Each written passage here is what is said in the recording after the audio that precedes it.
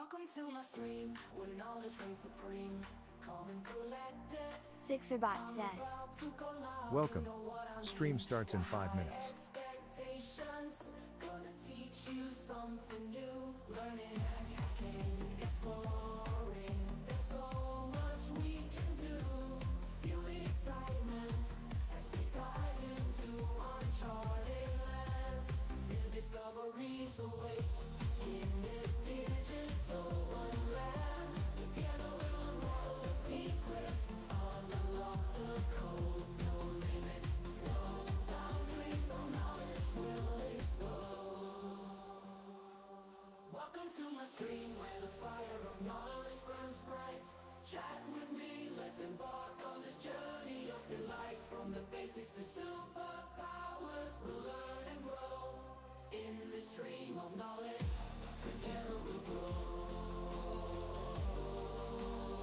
T minus 4 minutes.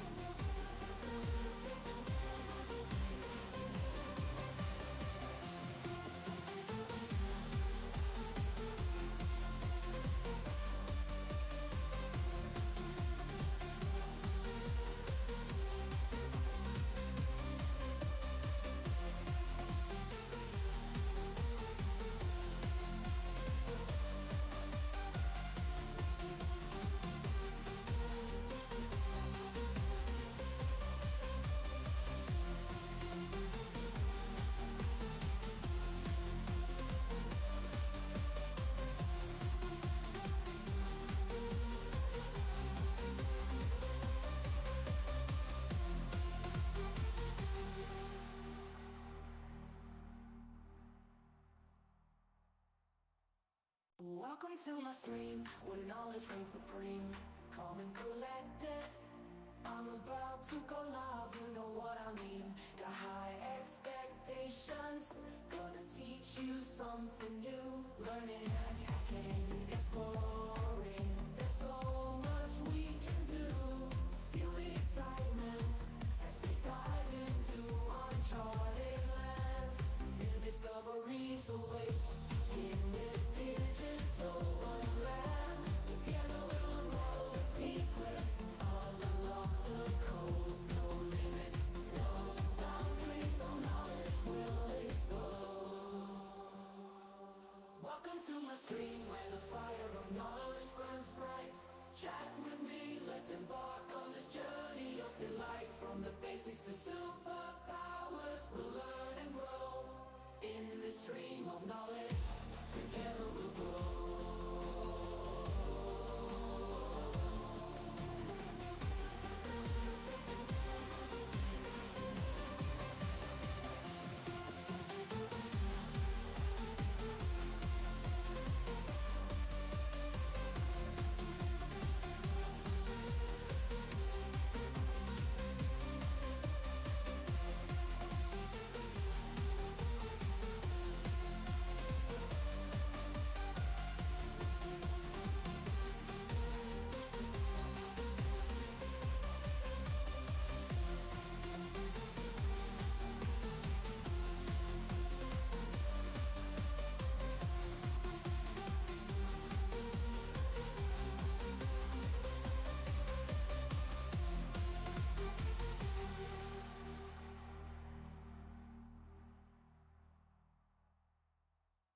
Welcome to my stream, where knowledge reigns supreme. Calm and collected, I'm about to go live, you know what I mean. Got high Stream about to start. 1 minute left. gonna teach you something new. Learning, hacking, exploring. There's so much we can do. Feel the excitement as we dive into uncharted lands. New discoveries await in this digital wonderland. Together we'll unravel the secrets, unlock the code. No limits, no boundaries, no knowledge will explode. Welcome to my stream, where the fire of knowledge burns bright. Chat with me, let's embark on this journey of delight. From the basics to superpowers, we'll learn and grow. In this stream of knowledge, together we'll grow.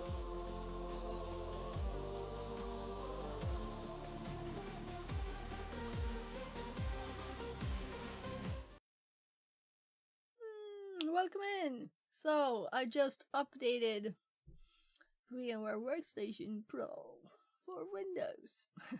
So, it has this automated function for updating, right? But it hasn't worked since Broadcom bought it.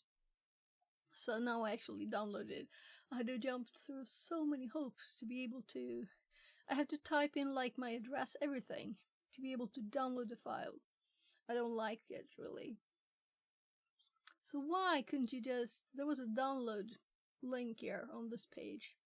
And then you had to go through like a million steps. The link didn't work even when I was logged in. I had to fill in my address and stuff first. Everything.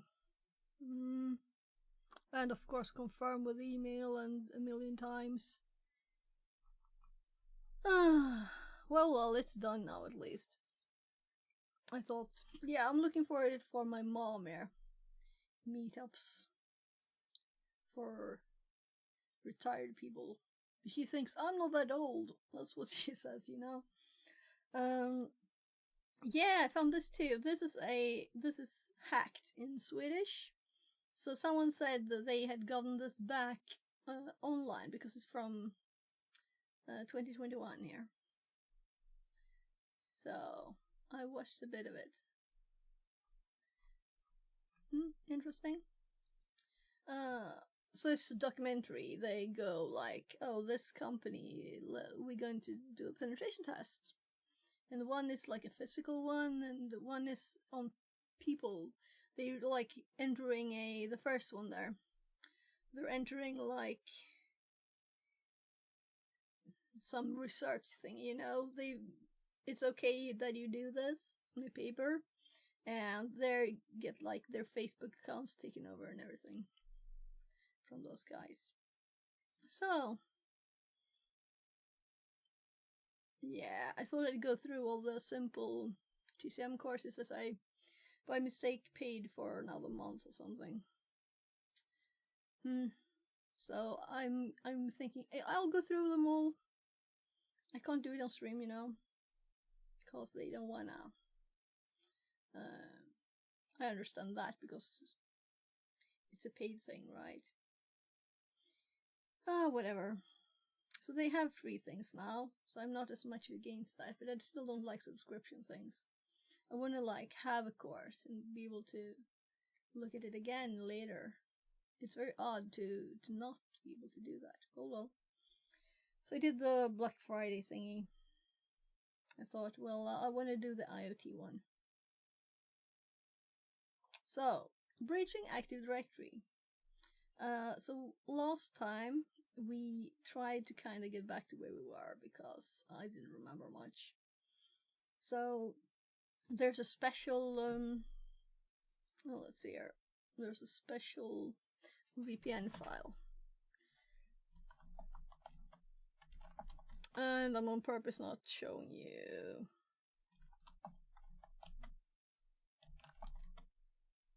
I'm just gonna start it. So I do OpenVPN, not just OVPN.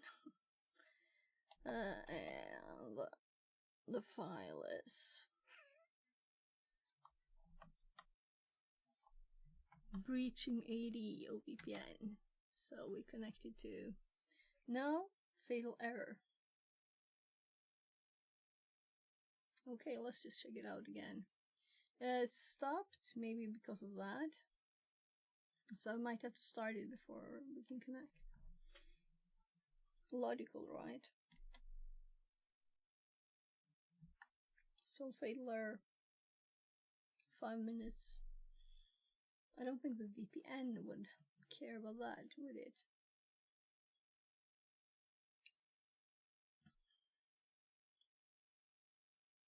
So I'm like, where do I click for that? It will say in this.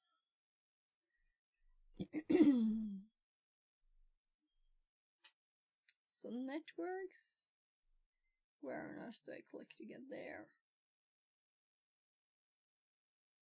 Access. Yeah, there's a link. So I have no idea how to get here without a link. Oh, networks.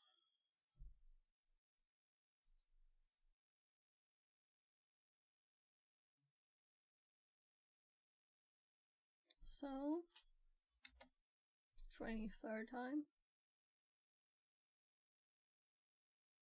Let's regenerate it. And we save that.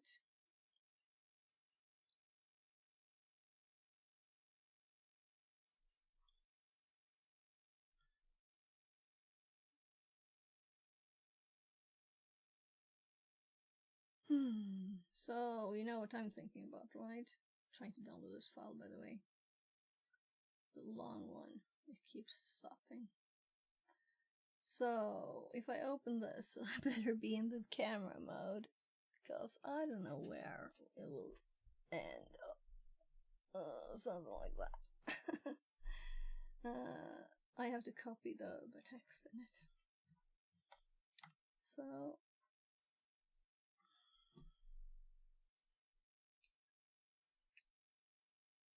So I try to do everything before this, right?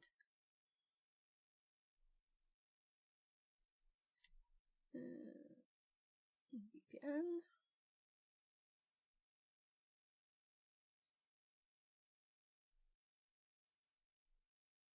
Replace. Close.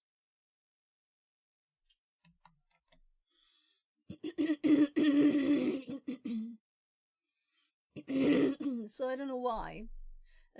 What I have done is to reinstall VMware, as I told you. So I'm kind of thinking it's a problem there. We can do another one.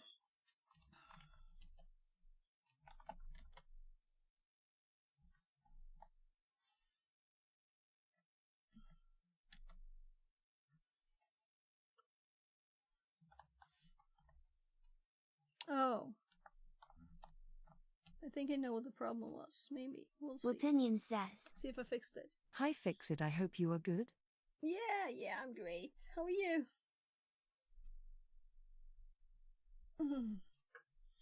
How are you? I think I found the problem. Let's see. Am I allowed to lie? No.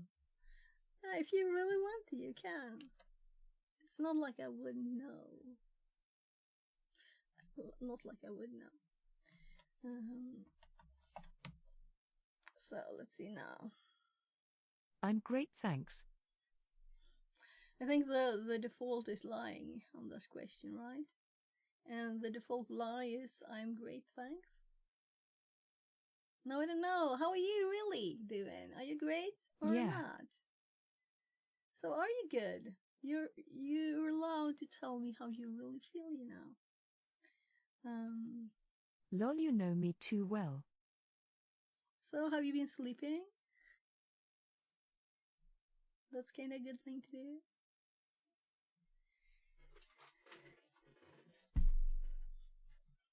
So I do have some food. I had a meltdown and left all my servers, etc.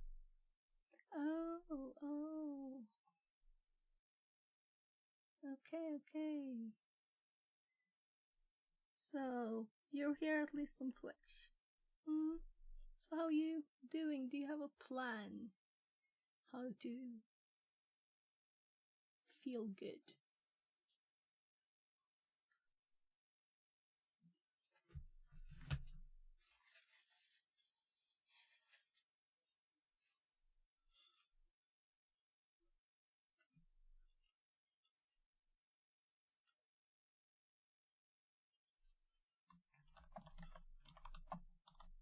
I'm just hopping into the directory here.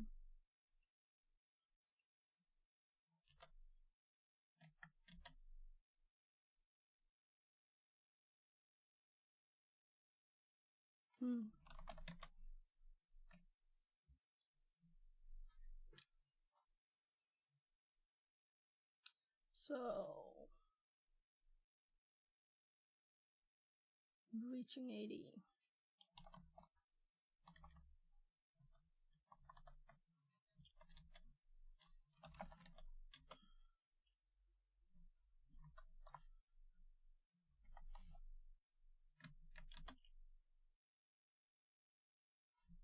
So this is where we were last time. I get like this rejection sensitivity thing which comes with the ADHD, and it makes friendships and relationships challenging. The good news is I used to think it was because the world sucked, but it's probably that I just need to get diagnosed and get on some meds or something. Yeah, so my kid with ADHD is very sensitive about a lot of stuff. And makes life tougher. And he has not gone to school because of that, so. Well, yeah, you're on your way to get help about those things with ADHD. But, you know, there's like, so with my kids, I have connected to a lot of other parents on Facebook, actually. And there's lots of groups, you know, about mental health and ADHD, autism, different neurodivergence stuff. So try and find other people in the same situation to talk to if you don't already have them. That's great. And I have meat sauce between my teeth.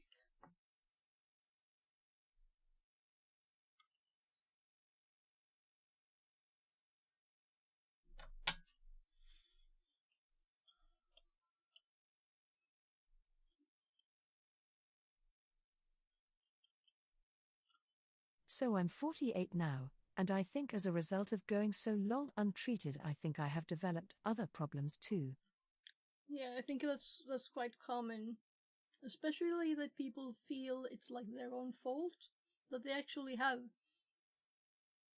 physical problems, you know, that's not anything they can do about it. Like, I should really study this, but I can't focus. Everybody else is focusing. Why can't I focus on that? I must be bad.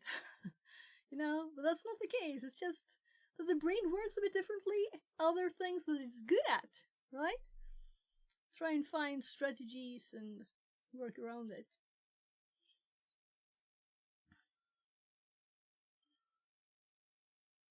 We're not gonna open the OVPN file.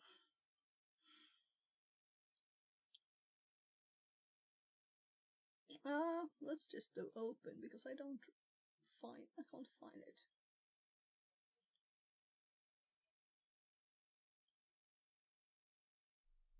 THM. I think I can type T here, right?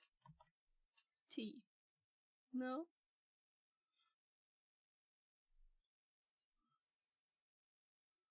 So I think it's a very great thing to have other people in the same situation to talk to, whatever it's about, you know?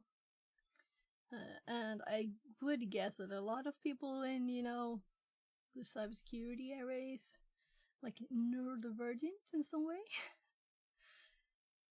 Kind of the classic not very social computer person thing.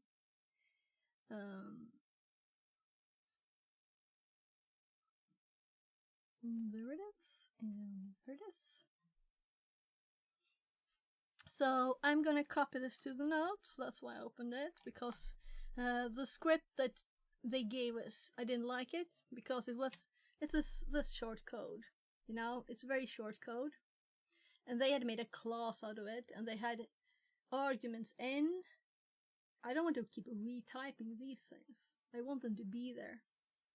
So that's why I prefer this way. And I have a friend I met on Twitch and Discord who is helping me understand and come to terms with a lot of stuff. He says I have to give myself grace. Yeah, exactly. So it's never like I'm kind of a bit affected by this generally, that I never get mad at people because they do stupid stuff, because I'm thinking it's because of how they are and what they've lived through that they do these things, you know. So it could be whatever, you know, whatever happened to Trump, I don't know. But I'm not like thinking he's an evil man. I'm thinking like he's something. It must have been something must have happened that's really bad in his life, right? Bad example. Most people are not that like that. Yeah. So most people want a stable world. So yeah. So I'm feeling so bad about Ukraine now. It's horrible. It's not like I can do anything really, right? So, notes, did I even open them? Yeah, I did. So, making notes for the Python course. Actually like the second part, I guess. I don't think... Yeah, we're not doing it in boxes because it's not really a box, it's a learning room. So we can uninstall Kaspersky wherever we find it. That'll show him. Yeah. Well. So I heard there was another country that banned them.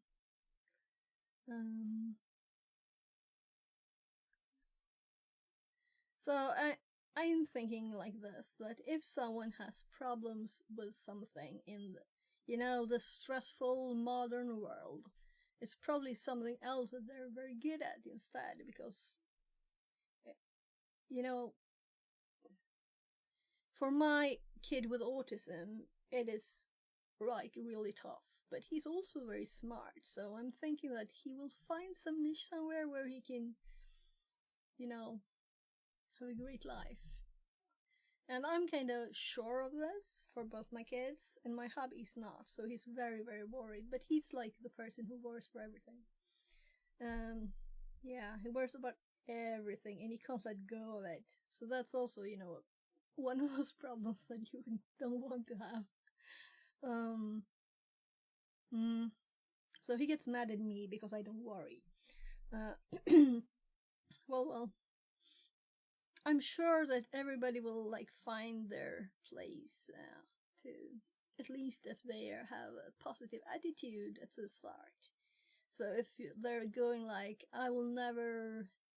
I'm not good at anything, I can't do anything, and the parents are like, you're no good for anything, you're a bad person, then that can kind of be like that. But if everybody is positive and say, oh, try this, oh, I will help you with this, that's the only way to do it, really, I think. So, what did I call the file? Kind of breaching AD, possibly. So, here's where I last time didn't have time to paste this here because we already closed the VM down.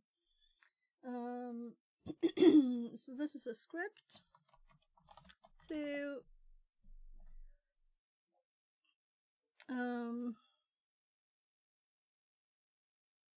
password spray.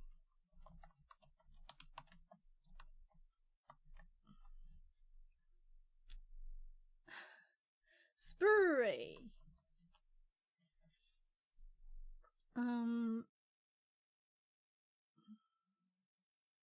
So I think most of the time you can just this was very yeah, might add stuff later. It's not like this is, it's just a reminder. You can add stuff, right? Like a password file. So it's really this short. It's just one page of code, and they had made it so much longer.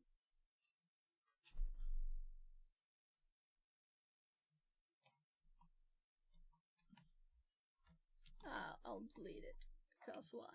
I have it there for now. If we want to build on this later, so there's nothing to scroll. I'm trying to scroll. This is not even maximized. You see, this is all of it.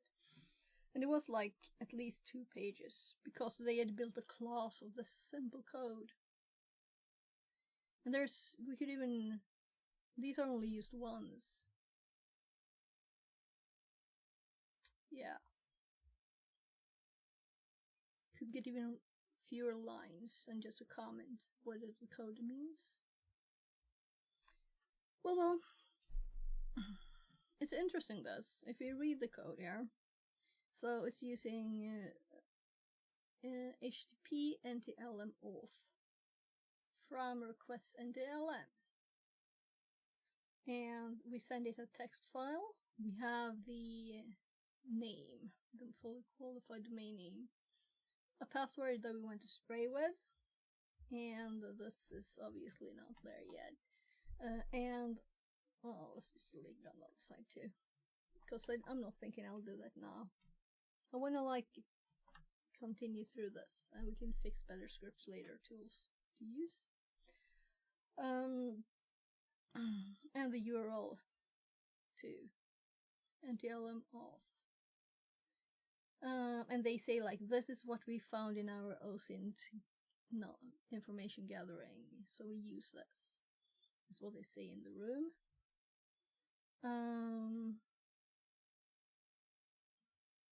And then they open the file with usernames, and for every line.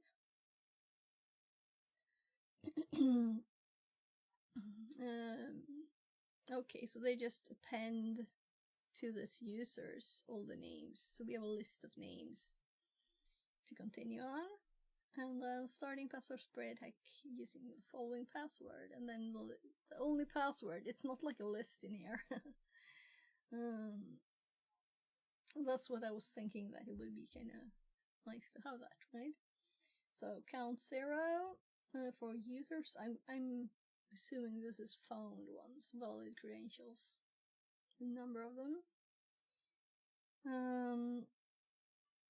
Then we use this attack URL here and do HTTP NTLM auth, the function that we had from requests NTLM, and send the full qualified domain name plus this plus user password.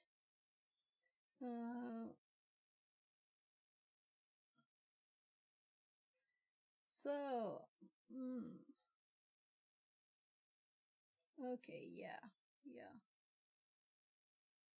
So this is one bit, and then there's a comma in the password.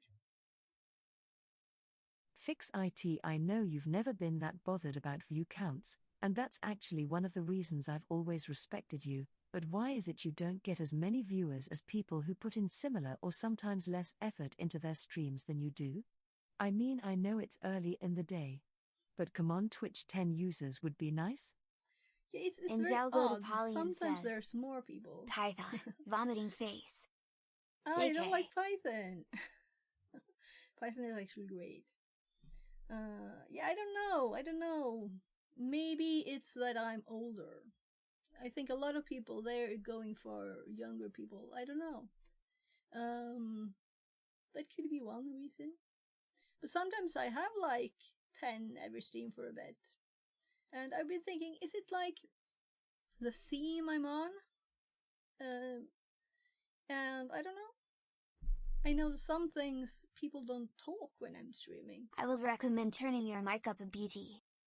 Okay, so I should probably not lean back as much and just be more forward, because it's going up to the red, and it's on max also. So,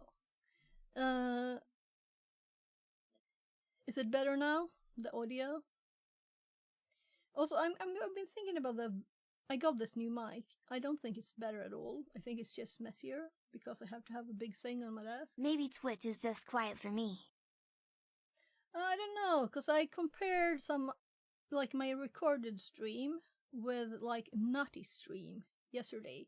And as mine is going on to the red in OBS, I don't know what he's doing to get, 10 times the volume or something, at least. And I'm thinking, so, as you can see here, if I just talk a little bit louder, I'm going yellow. And if there's a bit more sound, it goes red at once. So, I don't know. I feel I shouldn't, go into the red. And also, if I That's turn not the knob... nearly to the red. No, but we got to the red. I don't want to, like... Opinion says. If I turn this knob here... Sound is really Let's see. complicated. Yeah, it's And Jalgo complicated because it Napoleon will get says, bad. Edit the game Uh, settings on your actual mic. Not the Yeah. OBS menu. Yeah, I'll show you. I'll show you. Yeah, but the mic, it's not that good. The thing is, it's connected by USB, this thing. So my blue mic was better. I think it's too late to return this to Amazon. Well, let's check here. So that was not the right one. I was going to filters. So let's go to filters instead. And open this one. No, that's not the right one. I have to click it first. So here you can see I have a bit of a thing here. Windows or Linux? Windows. So I'm gonna turn the knob now, but it's like 75% turned already. So if I turn a bit more. Can you hear that? So if I move this a bit. So I can see this now. So now it's going to the red all the time. Opinion says. Yeah. Yeah, but noise also. Yeah, And so I don't want the Napoleon noise. says, that's much louder. Just Yeah, a bit but too it's... loud now. Yeah, but it's not good. It's not good quality. You see the noise?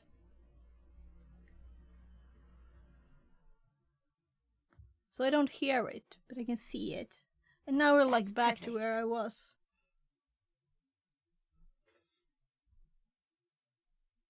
It goes over a bit. I might have turned it a little bit now. But it's more like I'm leaning forward to How you reach just stuff. said it was perfect. It's not that.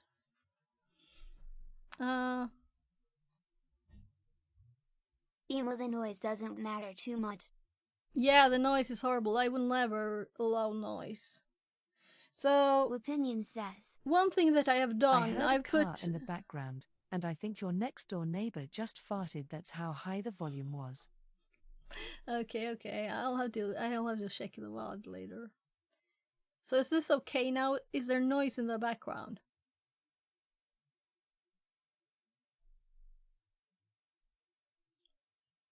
No. Turning it the tiniest little bit there. Is it okay now? No noise. No noise. Oh, that's good. That's good. We'll see if my air cleaner starts or something. Yeah, and by the way, as an opinion, if you want, you can always like send me a message on Discord or something. You know, if you That's want to much chat. better. So you think this, but I was leaning back too. Is it still good now? I think actually the audio volume was good enough when I walked like to the other end of the room on this one too, though. But I see these.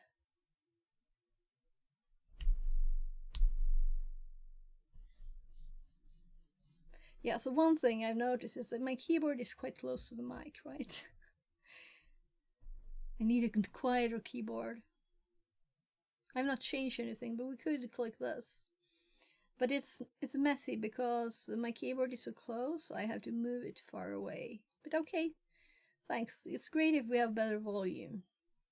But I know that now when I'm leaning back, it's like this, and if I lean forward and just talk in the same volume, of course the volume will go up, right? And if I turn my head and talk like this, it will be down here again. As I do it forward, we get a lot more noise, or higher level. So, this is just a little... I think this might be my computer, the sound, but it's also noise from the mic itself. I did put one of these metal rings. I actually had this on it. And I spun the USB cord through there. Maybe that'll do a tiny bit at least on the noise level.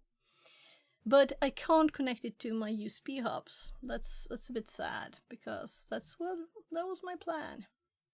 I didn't plan to have it on the desk. It's right here now. And the cable that came with it is just 1 meter. Android multitasking.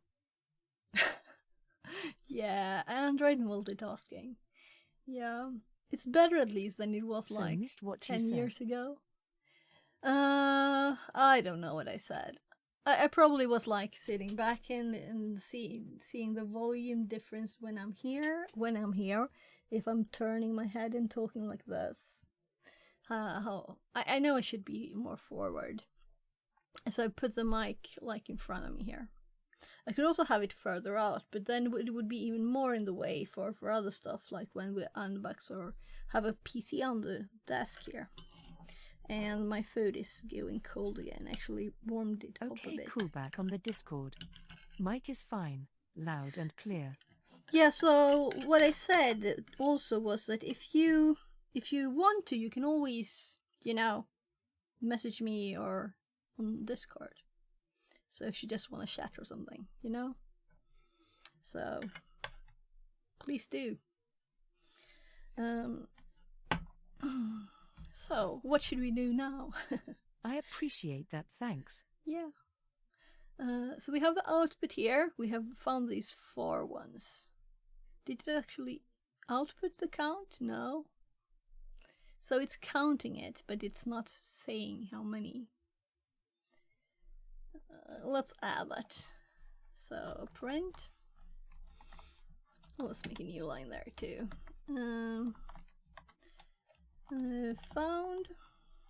Found. So my food is just by my keyboard here. That's definitely the food's fault, not mine that I misspelled stuff. Found.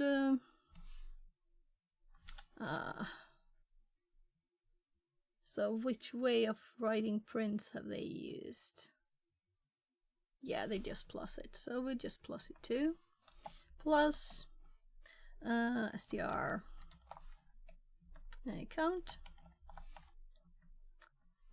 plus. I think this is the nicest way to do it too. Passwords. And then we're gonna copy this line, of course, to the actual script. And we're gonna run it once. So why count them if we don't show? So run again. Think you'll need Found spaces 4 for the string passwords. concatenation now? Yeah, do you think I need a little space there? So the passwords is not a unit that should be put right next to it. So let's do it here too. A little space. Yeah, and they did the whole plus and minus thingies. Or stars and minuses.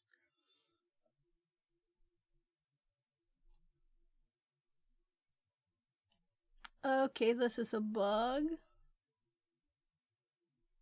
Password spray attack completed. Yeah, so there's actually a line there. Oh, it's an indentation problem. So it was there actually. That's on me because when I deleted the indentation, I think. So it's not the script I modified from TryHackMe's fault. So there. Now, less lines. I didn't even read it, did I? So now you can easier see the pluses and at the Indentation end. problems in Python? I would never have guessed. Yeah, exactly. I didn't read all the code until now. Fixerbot says. New follower Angel God Apollyon. Thank you Less for than 3. following. So,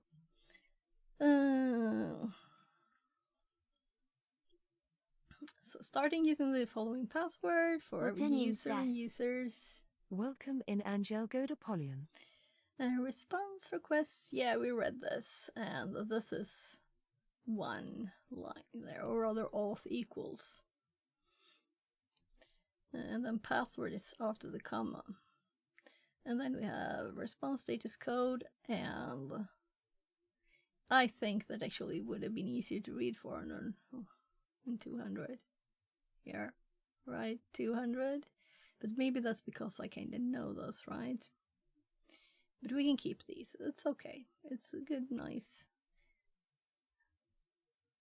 like, thing to follow. And it's printed, and the count is increased, and then it's continuing. So why not an elif here? That's no reason, and you don't have to do the continue. So again, the script wasn't very nicely written, right? So if we do this, we get one line less, even more lines less. So I'm not complaining. So confirming that it still works, the same functionality. Yeah, so this simple code, they had made a class for this. Do you understand? They made a class for this bit? I think. Yeah, I don't know why. But it... let's continue with the room and see if we can learn more things.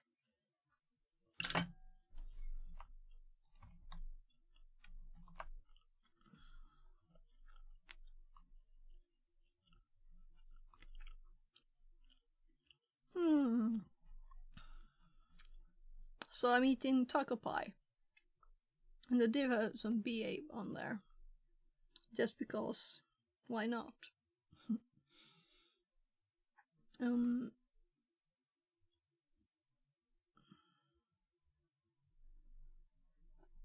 So this is the one we were at, right?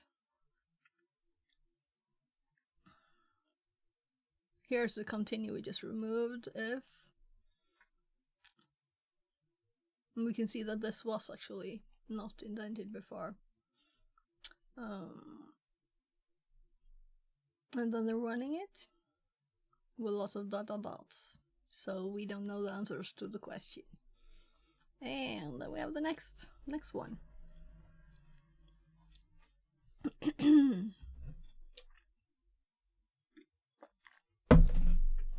By the way, I had the good luck of win on Hack the Box. Angel Godapolian, what's your background?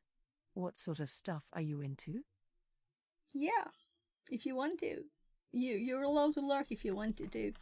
So, on Hack the Box, I won a 1-year VIP Plus. And then, since I went to a Hack the Box event, I got another month of VIP. So now I have quite a lot of Hack the Box, so we can stream it now. So I'm not activating it until we actually do, because I want to finish this first, right? So we're gonna finish this. I guess the path that we're doing. I can just hop quickly to the dashboard. Right, so this is today's Try Hack Me is not quick. It's a bit slow, it's a bit buggy, and this is not what it normally looks like. And I know I'm not the only one who had problems with it, so it's not on my side. But the path here, view path, let's see if we can manage to open. At first I just got black pages. Yeah, let's do that later. What problems did they get hacked? That's what everybody thinks, right? If there's a problem. So we did the getting started of this here, with 2 boxes, and then we had advanced, which is only boxes. Lots of fun boxes here. Then we did buffer overflow, which was very fun, but we also paused here for 2 months, exploring buffer overflows in different ways. And we used the last BrainPan 1 to make an automated script that will make the buffer overflow for you on a specific type of buffer overflow on Linux. And then we are on Active Directory now, so we just started this one. So I'm hoping to learn a lot here, and then we have this. Then after we finished here, then I'm planning to go do a lot of boxes, Hack the Box boxes, because that's good practice, right? So So let's extend this while we have the opportunity to do it. It's been up for 36 minutes and you already need to extend it. There. Okay. I'm gonna read this. So, LDAP bind credentials. LDAP. Let's zoom in a bit. Another method of AD authentication that applications can use is lightweight directory access protocol, LDAP authentication. LDAP authentication is similar to NTLM authentication. However, the LDAP authentication with LDAP authentication, the application directly verifies the user's credentials. The application has a pair of AD credentials that it can use first to query LDAP and then verify the AD user's credentials. Okay, LDAP authentication is popular mechanisms with third-party, non-Microsoft applications that integrate with AD. These include applications as systems such as GitLab, Jenkins, custom-developed web applications, printers, VPNs. If any of these applications or services are exposed to the internet, the same type of attacks as those leveraged against NTLM authenticated system can be used. However, since a service using LDAP authentication requires a set of AD credentials, it opens up additional attack venues. In essence, we can attempt to recover the AD credentials used by the service to gain authenticated access to AD. The process is allergies, darn spring. So my voice is like to recover the AD credentials used by the service to gain authenticated access to AD. The process of authentication through LDAP is shown. So 1. User sends printing request with AD username and password. Printer uses its AD credentials to create an LDAP bind request. DC provides bind response. Printer requests LDAP user search. User search response. LDAP bind request with user credentials. Server sends bind response. User is authenticated and print job is accepted. So it sounds a bit... I can't help you, Fixie.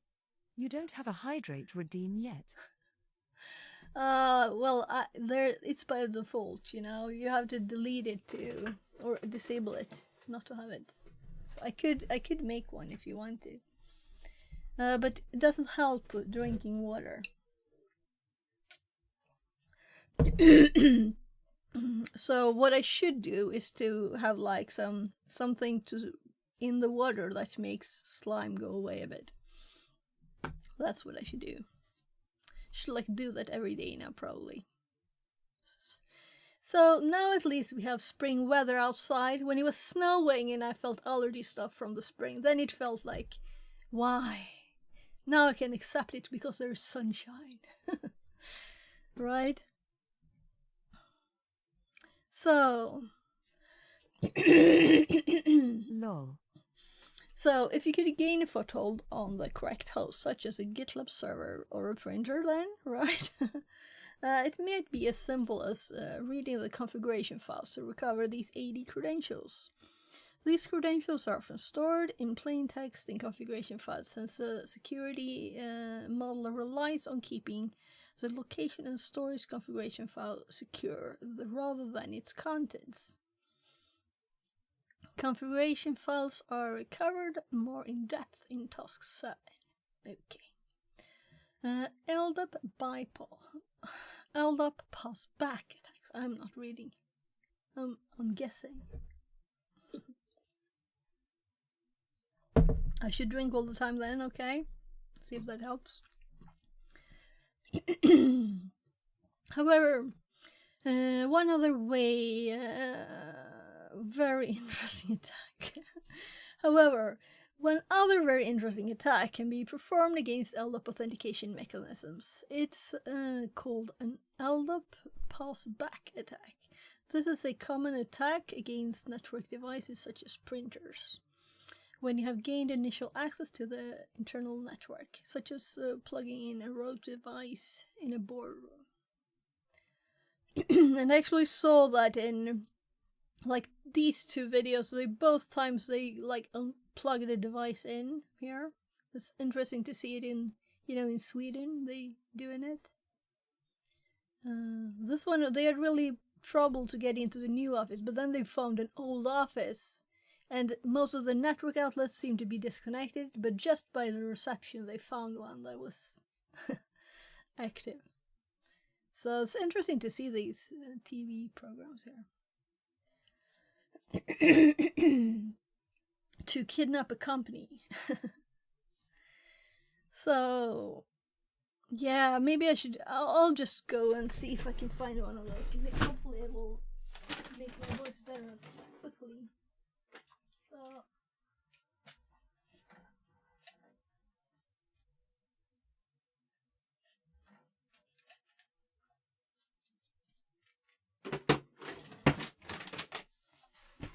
put this in the water.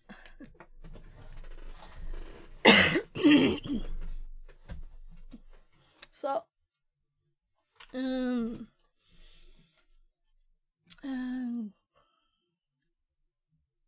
It's just me here, RN, so take your time and get comfortable. yeah. So I don't really look at how many people are watching, but I know that the numbers are never correct too. But I always take my time, right? Maybe that's the problem. So there's also YouTube, right? I also stream to YouTube. But I have raided with 1 viewer, and the raid was 6 people. So yeah, that's logic. So don't care about those when you're streaming. They're not accurate. And also when I had more people, it became 1 in the raid. So, and then there were lots of people chatting from my stream into the other one, and it said 1 person raid. So they're a little bit funny.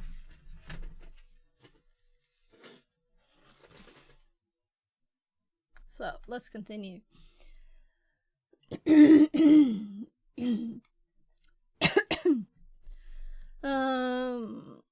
LDAP passback attacks can be performed when we gain access to a device's configuration, where the LDAP parameters are specified. This can be, for example, the web interface of a network printer. Usually the credentials for these interfaces are kept to the default ones, such as admin or admin password. Here, we won't be able to directly extract the LDAP credentials, since the password is usually hidden. However, we can alter the LDAP configurations, such as the IP or hostname of the LDAP server. In an LDAP passback attack, we can modify this IP to our IP, and then test the LDAP configuration, which will force the device to attempt LDAP authentication to our rogue device. We can intercept this authentication attempt to recover the LDAP credentials, performing an LDAP passback. So, there's a network printer in this network where the administrator webpage does not require credentials. Navigate to. So, let's copy the link here. And let's open a browser.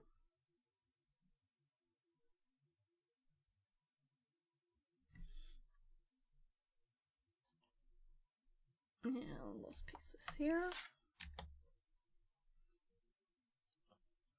Yeah.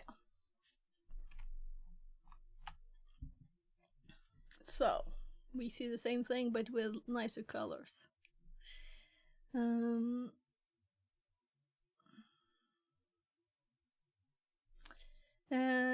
Using browser inspection, we can also verify that the printer website was at least secure enough not to put not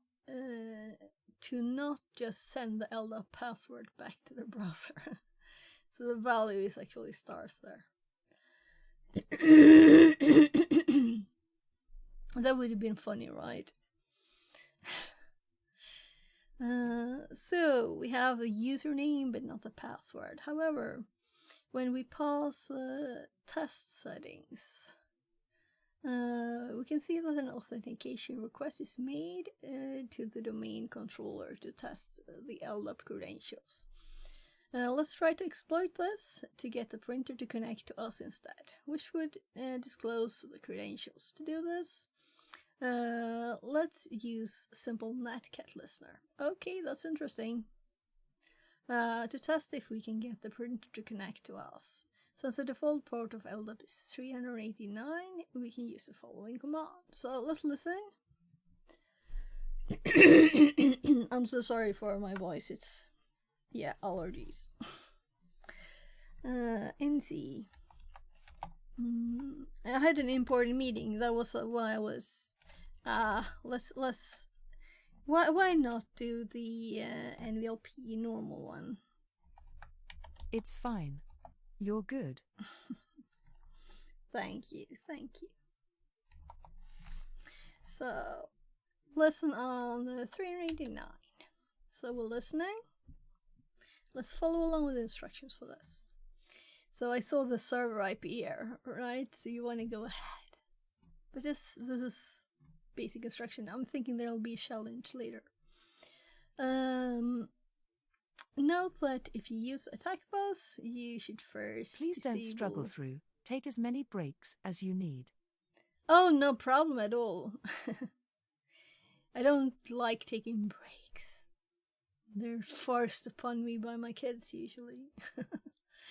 Know that if you use the attack box, you should first disable SLAPD using. Okay. Then we can enter server input I can tell box, jokes in the chat web while you cough up a application. lung. It's just in my throat, this. So my lungs are fine right now. I think. So,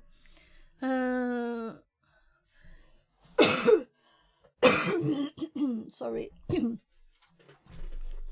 We'll see. So actually, running yesterday was great because then it was, you know, everything moves a lot. That's good for it. So,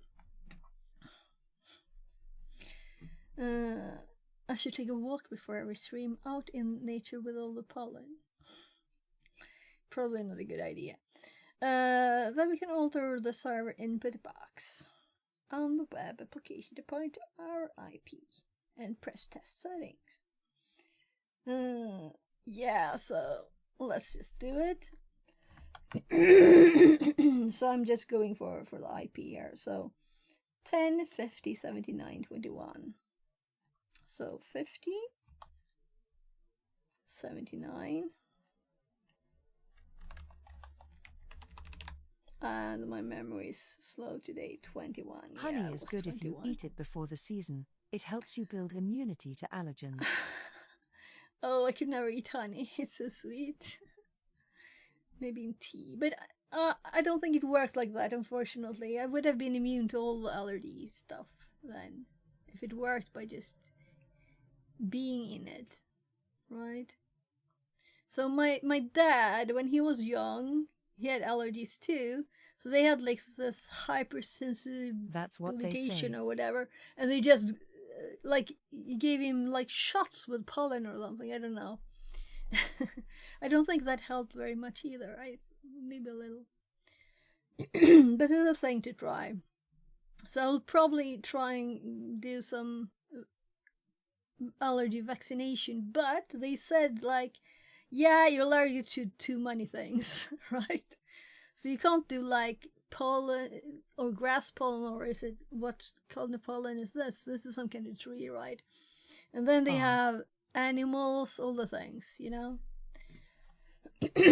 So my mom and my sister has dogs, and my little brother actually wasn't allergic to those, but he's usually allergic. So maybe then he'll get a dog too. That'll be great. So let's do test settings and let's hop back. And we actually got information here. Object class 0 supported capabilities. So, let's see. Your IP will be your VPN IP. We already did it, so. You should see that we get a connection back, but there is a slight problem. Just a sec.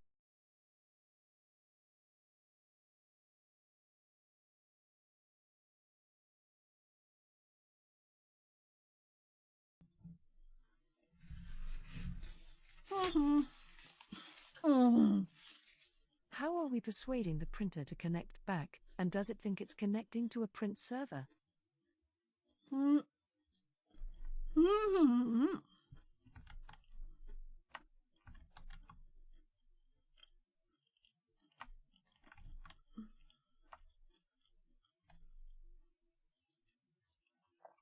So we're going to the printer here.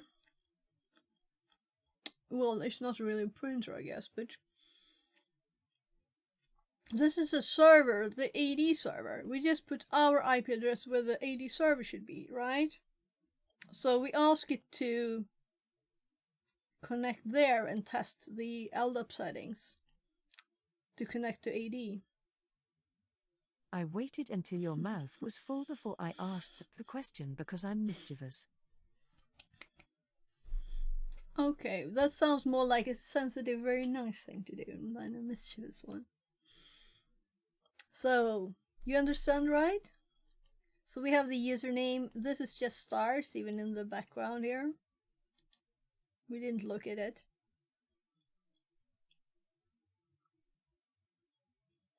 So it's just stars.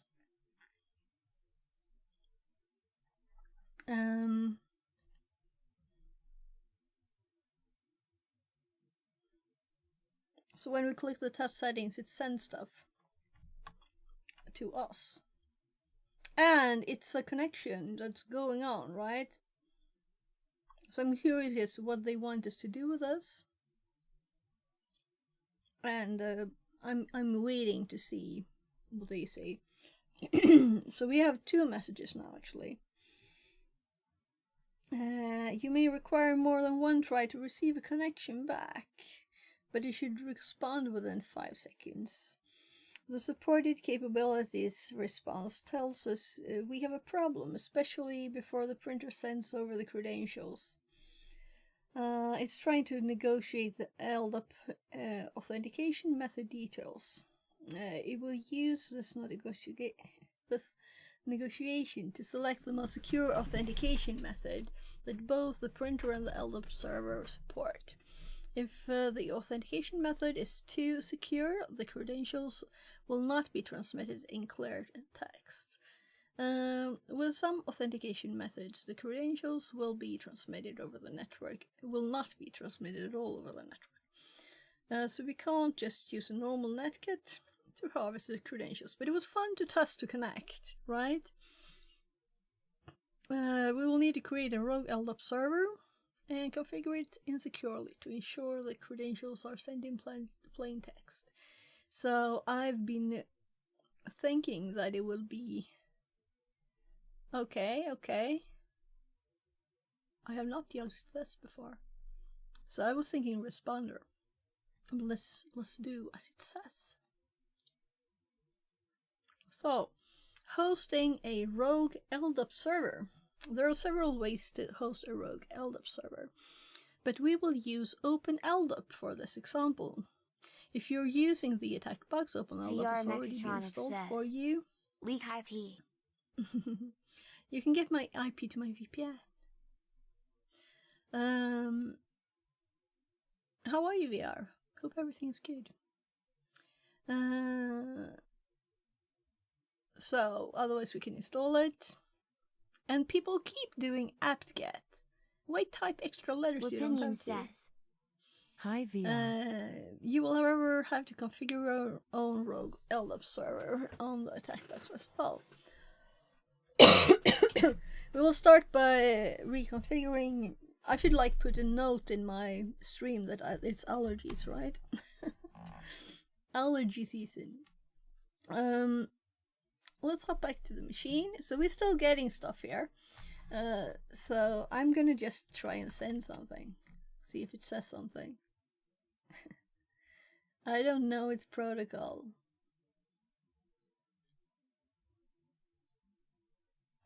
It's still connected and... No, it stopped now. Client-side timeout limit was exceeded. VR Mechatronics says. I'm step by step, building Model 3 my VR treadmill. Right now I go and pick up bearings rotator form Cool. parcel box. Very cool. So VR, I know you don't want to show Opinion says. your invention for I everybody. think Maybe you could apt-get send is a me an separate image. I'm so binary from apt, curious. and apt-get is pretty close to obsolescence now. Yeah. It might just be an alias though, so. But it's odd. How old is this room? I have 2 bites of food more, so I should eat those too. Let's just see how old it is. 1,000 days. So, but still, I don't think that. I guess people who used it long ago kinda still want to do the same kind of commands, right? Even if there are newer ones that are shorter. That's what I thought, but someone told me it's separate and not aliased.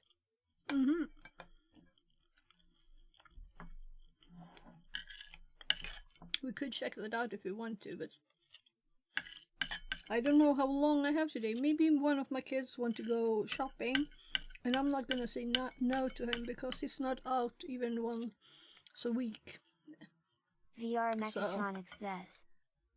If you want to help me, find me a procedure for registering a user patent in Sweden and I'll make you my sales agent. Smile, smile.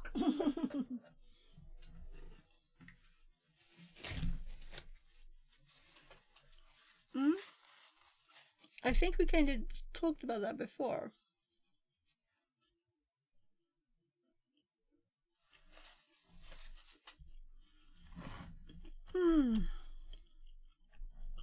Opinion says. Yeah, don't worry about side quests, I was just bantering about random stuff. Yeah, but I like that, you know?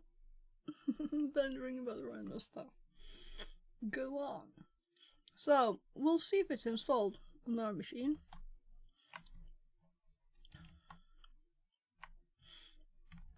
So,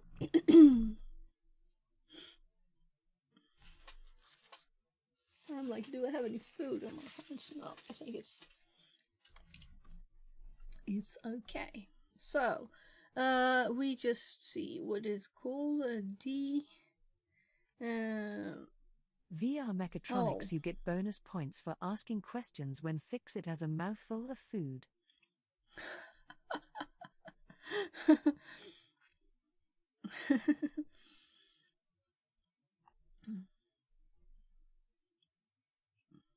It's too late now. I finished all the food.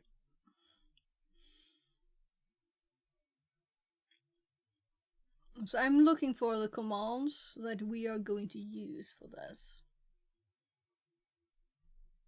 So I know TCP dump is already installed, right? Cursed foiled again. I kind of think we have this one. Let's see.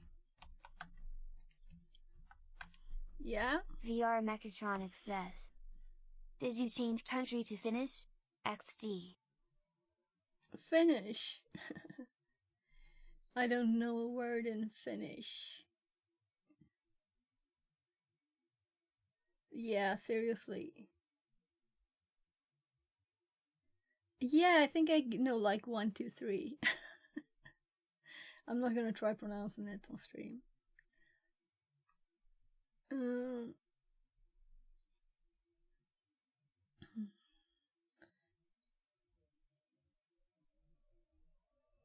Opinion says. Finland. Translated from Finnish. Yeah, yeah.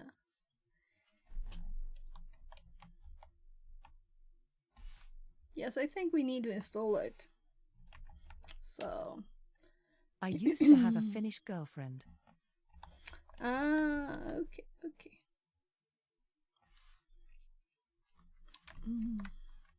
So this is not the thing to do on stream, really, I said. And it's not like I did this yesterday. But it I wasn't finished that with her. mega long ago. Finish is VR finished. Mechatronics says, You're finished. I'm laughing that you said I'm finished.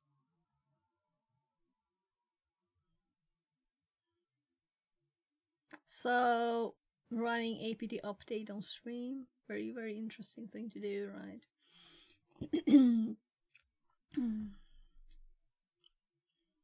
So, they want us to install SLAPD, SLABD, LDAP utils. So, this is a site for learning, right? So why have this as a one-liner people are supposed to copy instead of doing, yeah, let's do an update, and then we do an install, and then you can manually say yes and actually read the things, and then we can do enable, right? Wouldn't that be more pedagogical? These things annoy me. So it is finished, and it's 1228 packages. And I know that it's hard to prevent it from doing all of that at the same time. So if you just run, oh gosh, I'm typing in on the machine, on the other side here. So sudo apt install SL APD. I'm just doing one thing at a time. Or should we do both? Let's do both. LDAP UTILS. So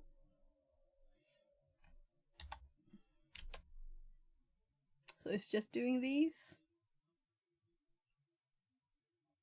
So LDAP utils was already installed, but we didn't have a slapd. So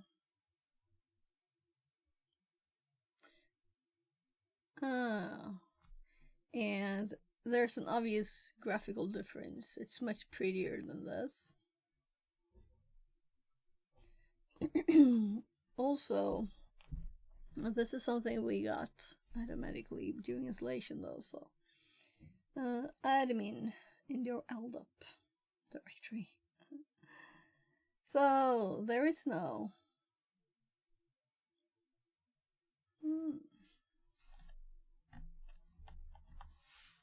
let's write a password here.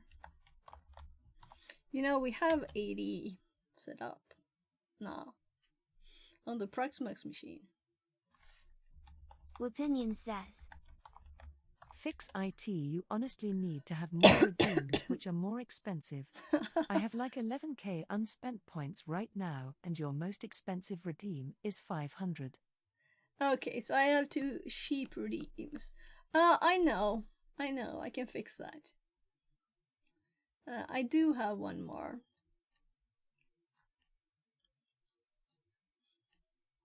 So on platforms, I think, channel point rewards, we have one that's 5,000. Go IRL stream running. Should I do 50,000 instead or 10,000? What do you think? It's disabled because of my shoulder, but now I know I can do it. So let's go 10,000. At least you don't give me 2 times. So probably not much running now because I've only been out once. After having a big gap there. Yeah, so there's the redeem. You need to enable it too, of course. So enable.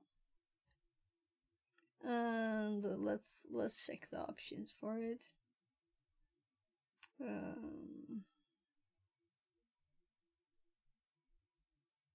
Max 1 use per stream. It will be the stream.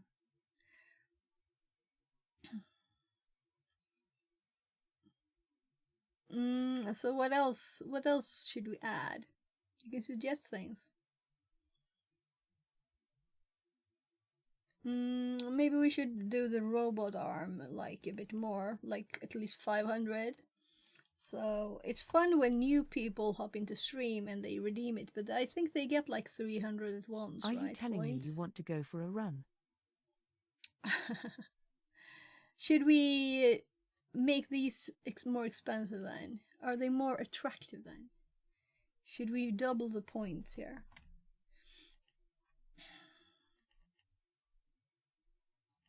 So I know someone Yes, who won't be price up. happy. Yeah, but I have the same problem. I have 100,000 on a lot of channels. Not a lot of them, maybe, but at least a few. Doesn't this mean I need to double these two, right? And the table push-ups. I don't think I'm ready for that. So yesterday, after It being should feel like you outside, really can't wait to get enough points. yeah, so this one will stay disabled for now. But I could do like this without any problem after having moved a lot, so it's helpful to do that. Yeah, so what do you want me to add? I saw someone had a real high number for So like just out of VIP. reach. But with a little effort is the sweet spot, I think. Yeah. I think Nori talked about doing this one.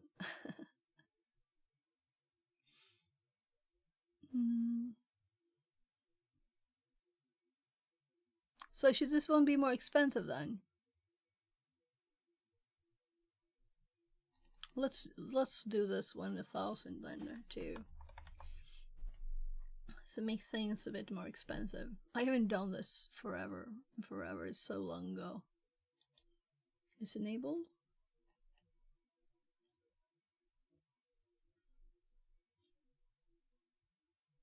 ARB I think should be at least 1k. What about this one? What do you think it should be? I'm kind of thinking I do want it not to be out of reach for people that come into stream for the first time, you know. Which one? Play with a robot arm. Oh, you're right, you can't see it. I'm showing you stuff. And you can't see it because I put it on the wrong screen. So, I changed some stuff here now. So, this one is 500. Lockpicking is 1,000. 1k minimum. Minimum. But I want to do a lot of sit-ups. I don't want them to be expensive. What could we think? Could we do some more Move It stuff? That's not shoulder-based like the okay push-ups. Fixerbot says. Time to move it, move it. 10 chair sit-ups redeemed. Time to move it, move it. 10 high jumps redeemed. Time to move it, move it. So we're not 15 progressing squats on redeemed. AD though now. Let's see. I'm just thinking, what time is it? So I should check in with my kid in a little bit. So let's do these, and I'll check in there, and then we'll like try and focus a bit more. Oh well, we don't want to close that. Just minimize it. Opinion says. Lol LFG we moved from AD to PT. Yeah, we did.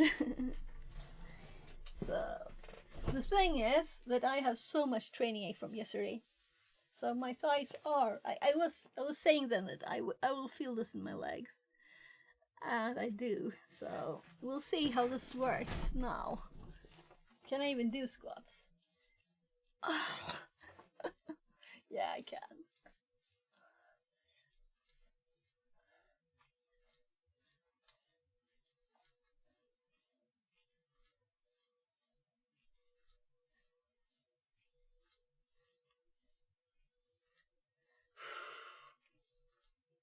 Oh my god.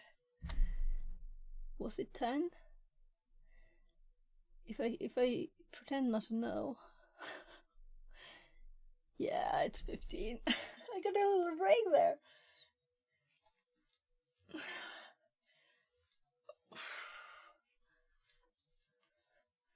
This is usually not hard at all, you know.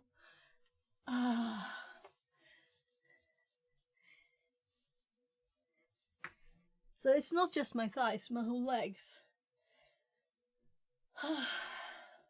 Jumping with this. Slow jumps.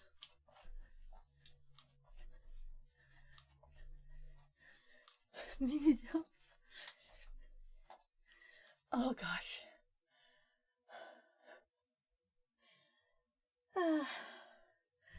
I'm grateful you didn't do the 10,000 points one. My legs. Lol.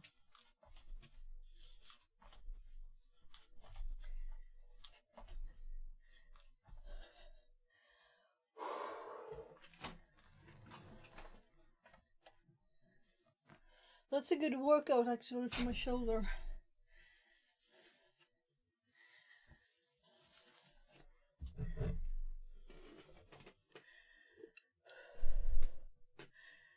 Now I'm gonna hit the mic, right?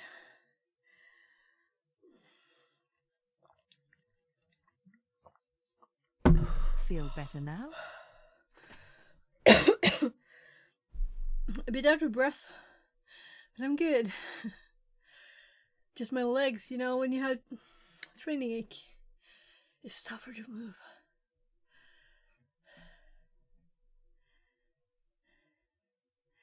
So, this was actually a great thing to do while we were waiting for the installation, right?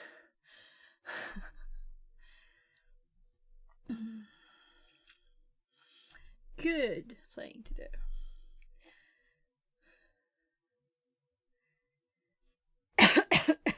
So we need to enable.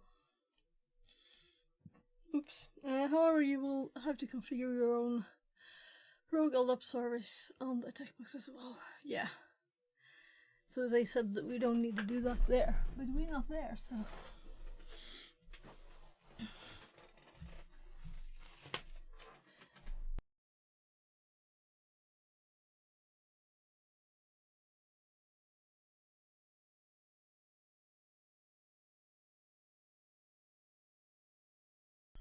So,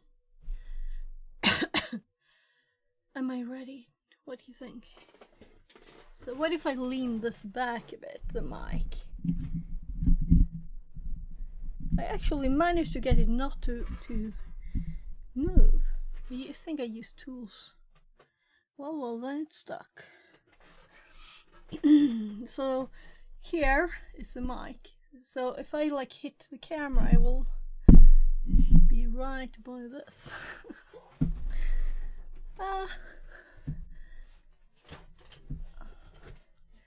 So let's check your money so I don't have to pause. So it's just 10 sit-ups.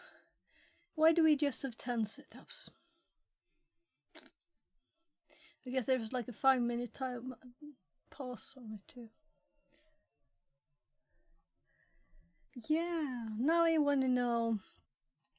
So this one, do we have the combined one left? No, I deleted it. So I had a move it one which did all these things. So we could set that to a higher number, make it come back.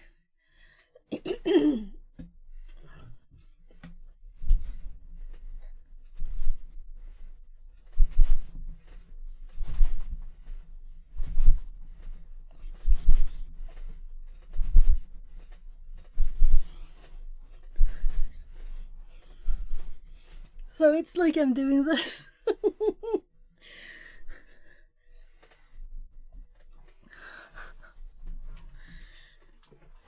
I would hit it. It's on the way. Straight through the mic.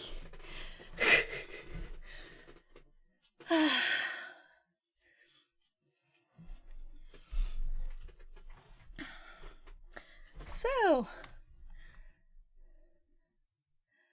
I have ADHD and enjoy pressing buttons. If you put the redeems in, I will have you ready for the Olympics by summer. okay. So, think up some cool redeems. Do it. That I could do here, you know?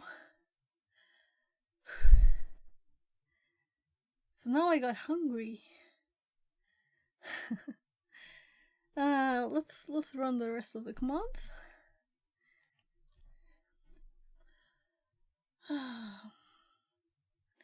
So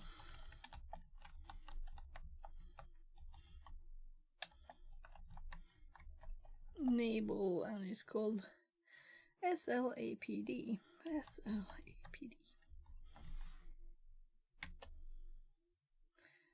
So synchronizing state of service script systemd sysv install executing enable. Okay, created link.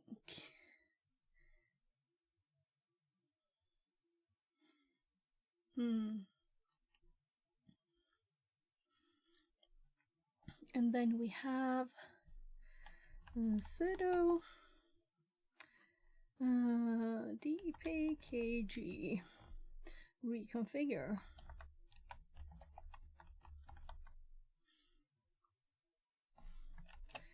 P low slapd. Okay,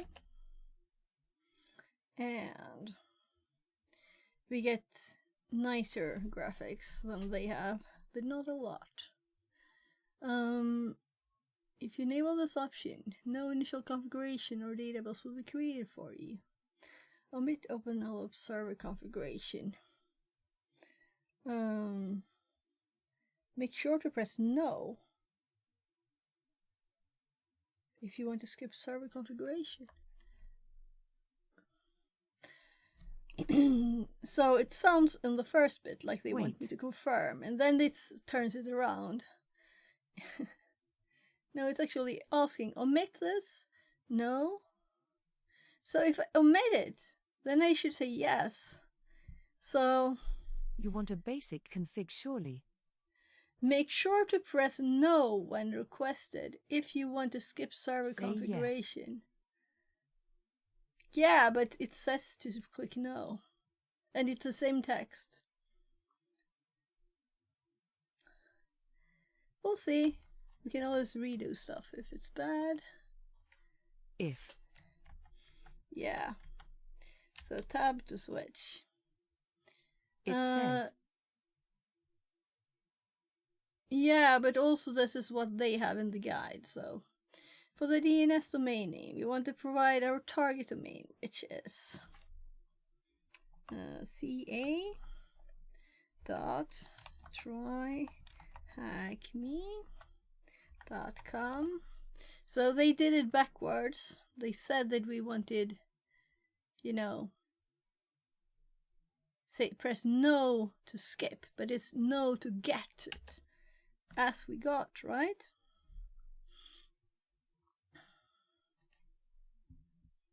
So, a bit of a bug, the text. If this same name, use the same name.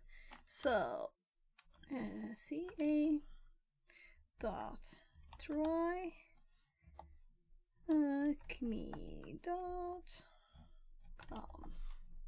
Okay. Administrator password.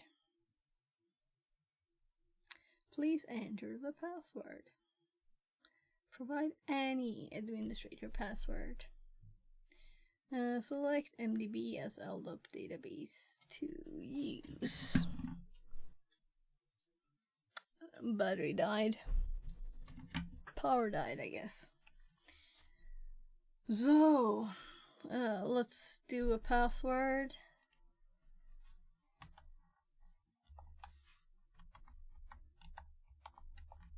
So I'm doing the one for this one.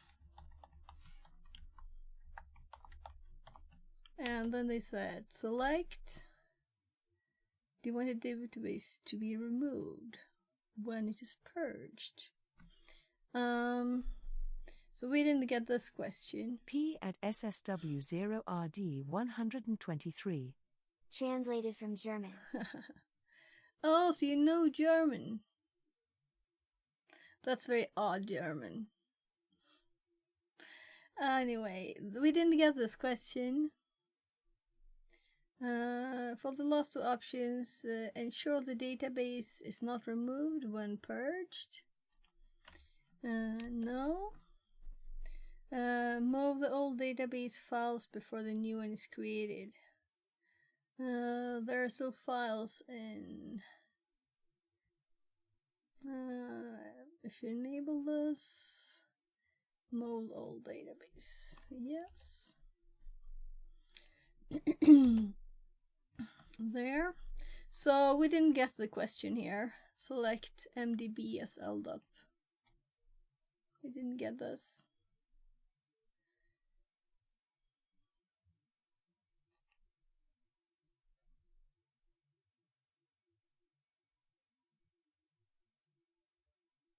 So it says that this is recommended, the one they want to use, so they might just have removed the question then. So we can always do this again. Is the document perhaps a little outdated? Only 1,000 days outdated. Move old. Yes, I had lots of things in the start where they tell us how to configure Kali or something like that, and it's not correct. So I'll probably send those fixes in that we made before. Move all database files before the new one is created. Yeah, I did that. Before using the rogue LDAP server, we need to make it vulnerable by downgrading the support authentication mechanisms. We want to ensure that our LDAP server only supports plain and login authentication methods. To do this, we need to create a new LDIF file called with the following content. Called with the following content. Called this, I guess, but they didn't type it. The file has the following properties. This specifies the SASL security properties. No anonymous. Oh, that's fine. Google still returns results from 2001. Yeah. Disables mechanisms support anonymous login. Sometimes when you Google, it would be nice if it returned the newer ones first and not like a 10-year-old thing. 1,000 days is like hot off the press. Yeah, very much. Min SSF specifies the minimum. Where is it? Here. Minimum strength with 0, meaning no protection.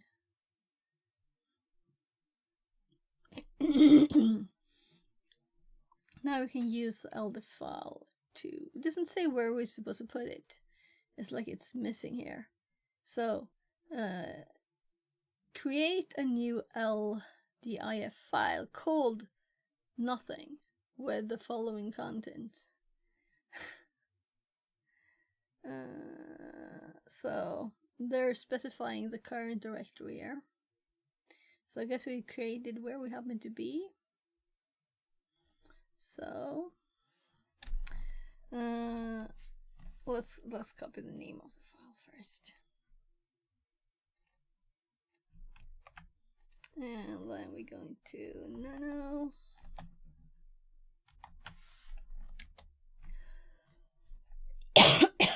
Copy the contents of the file. So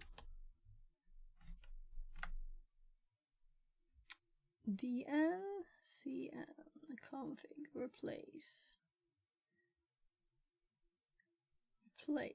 Grammatical Brewery anonymous says. Postcred. Best view ERSO and stream boo. Com. Remove the space. At HTTP.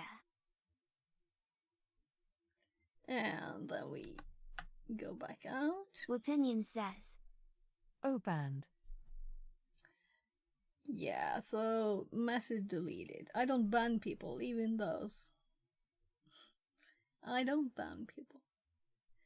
Even if they're bots. The file has the following properties. Neospring says. Hi. Hi, welcome in. So, we already read this, and now we can use Opinion says. LDIF file to Hello, patch our Neospring. LDIP server using the following. Neospring says. Lurking while working. Hi, you're welcome to Well, learn. opinion, and hey, thanks hey. for being here. So sudo ldap modify y external h ld api f oh, this is a file we created, and this is again it's again doing several commands at once instead of doing the one at a time. I don't think that's very pedagogical. I'm not gonna complain more. I'm gonna type this instead of copying it. So that's a better way to learn. Sudo ldap modify y. No help, because it didn't explain everything.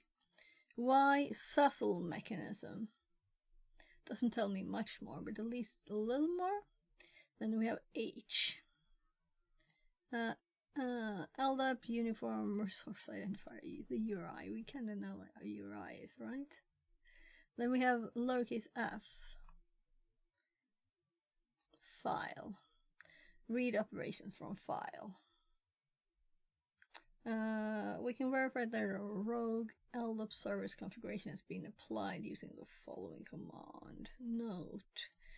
If you're using Kali, you may not receive any output. However, the configuration should have worked, and you can continue with the next steps. Okay. Well, we haven't run anything yet. So, why? So, external uppercase H. LDAPI colon / and then we have the file /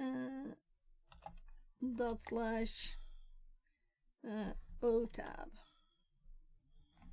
So we run this and we'll see what happens. SASL external authentication started. SASL username. CN peer cred external auth.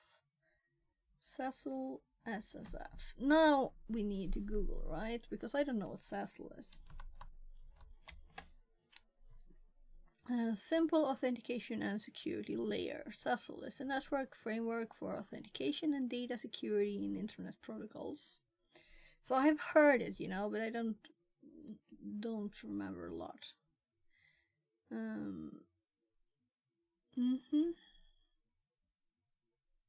Wiki maybe?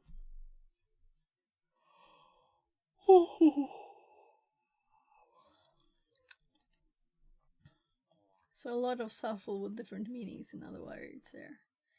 A network for authentication, data security, and internet protocols. It decouples authentication mechanisms from application protocols, in theory allowing any authentication mechanism supported by SASL to be used in any application that uses SASL.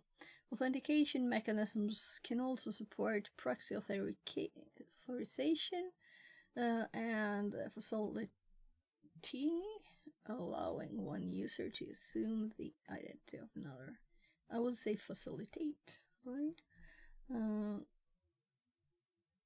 It can also provide data security layer, offering data integrity and data confidentiality services. Digest MD5 provides an example of mechanisms which can provide a data security layer. Application protocols that support SASL typically also support TLS to complement the services offered by SASL. So SASLs or SASL what? Where would it be normally used? So here we have external, where authentication is implicit in the context, e.g. for protocols already using.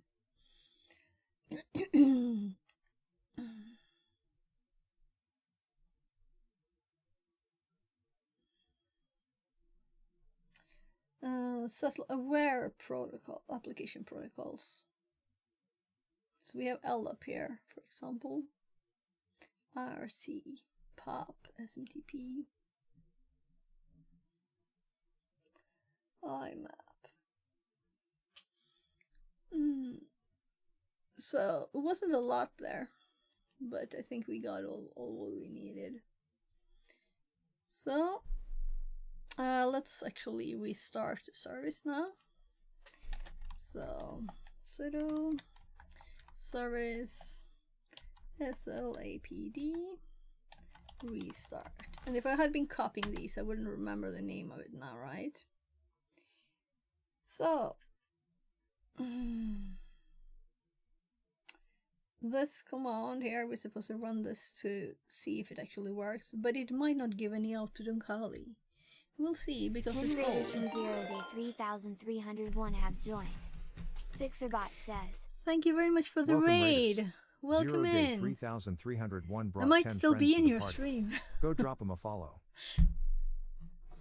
See if I raided with you there or not. So, how did everything go? Did you have Teddington a says, great rest of stream? I had Astery to leave for a meeting there. 167 raid. 0 day 3301 says, hello smile smile. So welcome in, everybody. So we're looking at this room here on TryHackMe. There's a learning room about 80. Good until TryHackMe died. Oh, it died. By the way, let's extend this.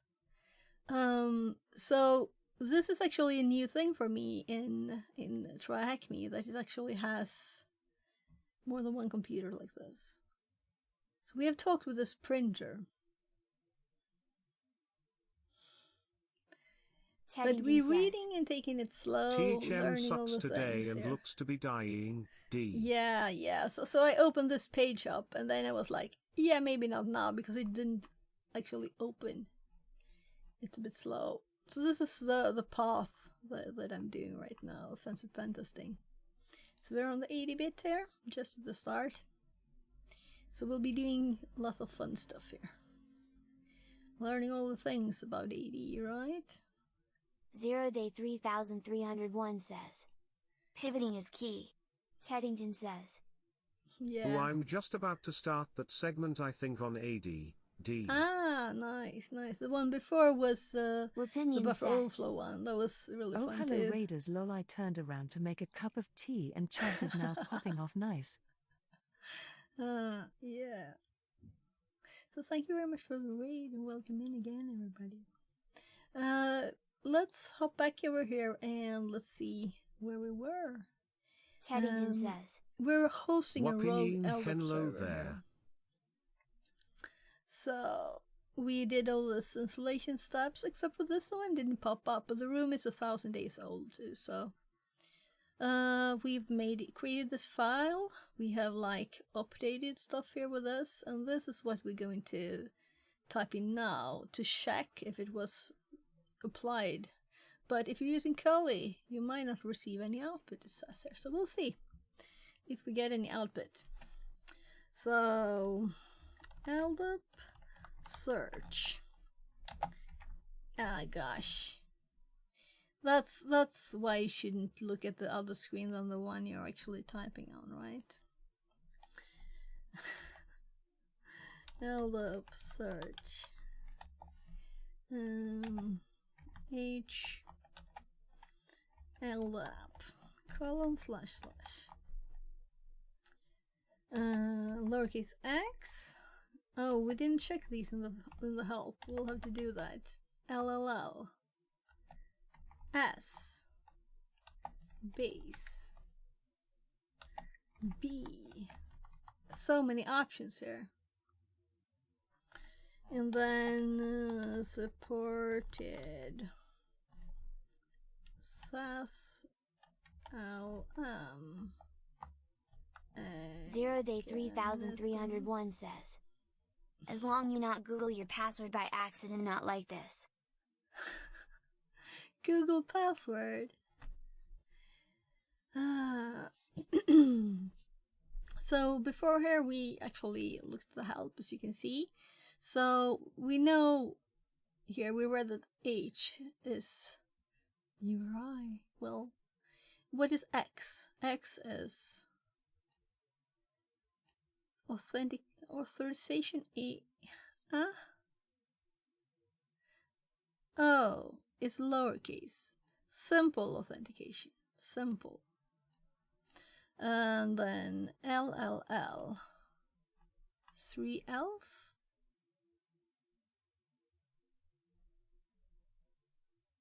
Am I blind or I can't see any L's here? So we'll see if it works. S, and then it says base. Lowercase s. I think this is uppercase s. Teddington says, Wapinian been sunny today to bright for IT/cyber nerds, D. Yeah, so we're gonna run it. Let's see if we can find B. Any of them? No, no B either. Well, let's see if it works. No mechanism available. No worthy mechs found. Yes, I'm kind of thinking this might be an age thing. But let's make sure that I didn't spell it the wrong way. We actually gonna copy it. But the options didn't exist according to the binary, so yeah, I misspelled something because we got the reply that we should get. Now let's see if we can see what I did.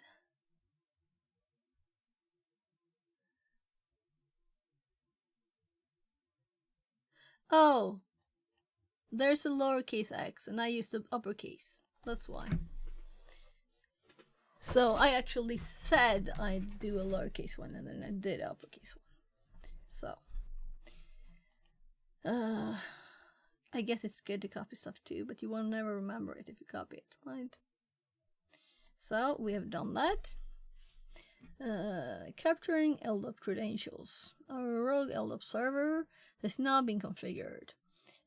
When we click the test settings at the web page for the printer, the authentication will occur in clear text. If you configure your rogue LDAP server correctly and it is downgrading the communication, you will receive the following error. The distinguished name contains invalid syntax. If you receive this error, you can use a TCP dump to capture the credentials using the following command. So, let's not cheat, right? We can close that. So we were doing a password spray test there. So LDAP connection failed. The distinguished name contains invalid syntax, which is what we were supposed to get. I think this is a bit clunky. Well. So sudo TCP dump. So if I don't use their tools, I will never learn them, you know. So let's do. I have not used TCP dump a lot. Breach ID.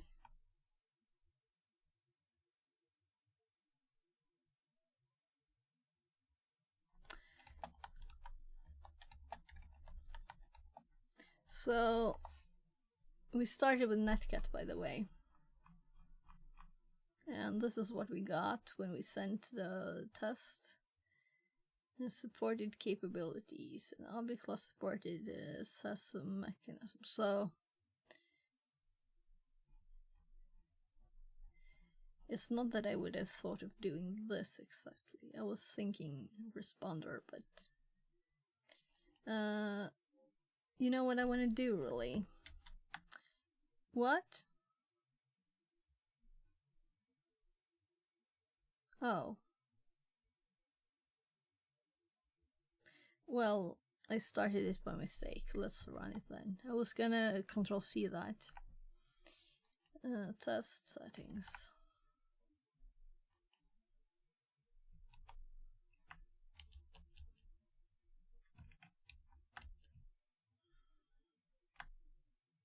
So,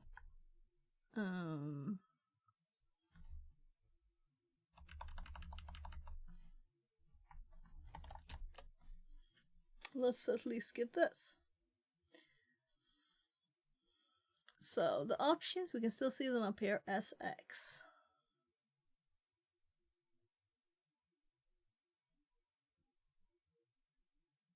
No uppercase S. I don't like, I'm not a man person. So all of these are not explained.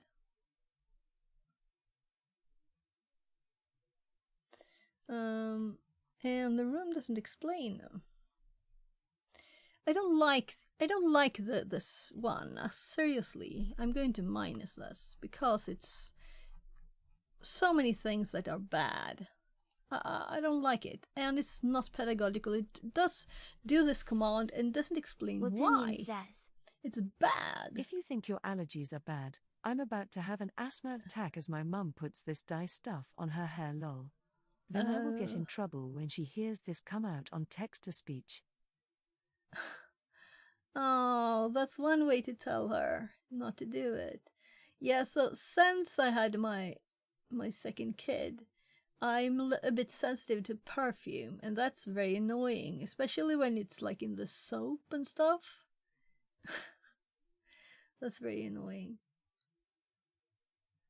Like, also, yeah. But it's just some things, fortunately. But it's like unperfumed everything, you know. Darn allergies, annoying things. I hope you're good and that you're... I'd say like leave, right? She just flipped the bird at me and asked if I was sensitive to that. Bird.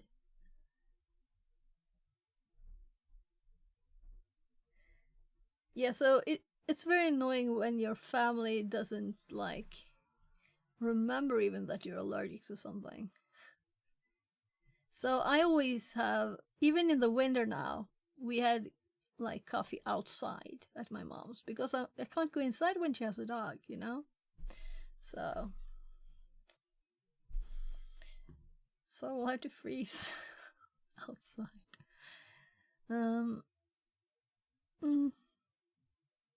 I don't really like not knowing exactly what happens. I guess we try, man. Yeah, I understand that. It's a hint. It's a hint. It was on purpose. So everybody's family should be careful to, you know, if someone is allergic to something, it's not much they can do. Some people believe that allergy meds will just remove the allergy. It doesn't. It just makes you able to handle a bit more of the stuff you're allergic to. So hi there, Whoopie's mom.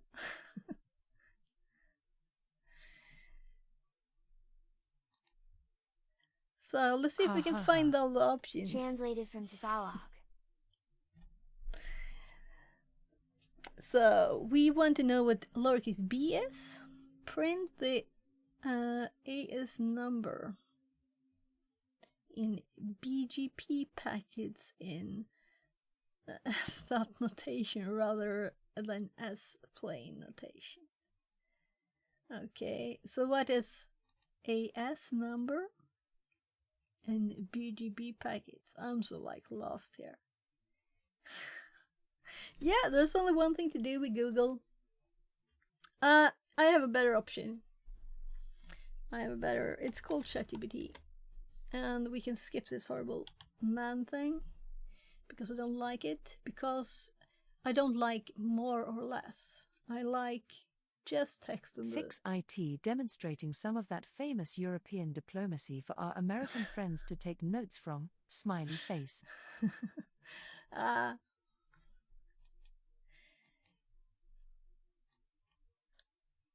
So let's see here. Let's paste this command and then we're going to ask ChatGPT to please explain this.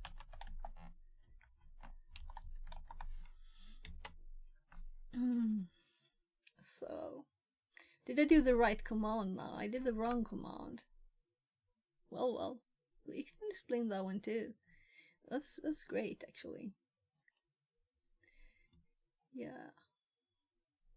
So this is the one I was going for though. So I want the SX and the I explained. So there we go, please. Oh well, I clicked 2 letters and they ended up in the right order anyway. Please explain. And then we're gonna paste the other line. And we're gonna read the first one while it's thinking there. So, the LDAP search one specifies the LDAP URI, in this case using the LDAP protocol without TLS or SSL.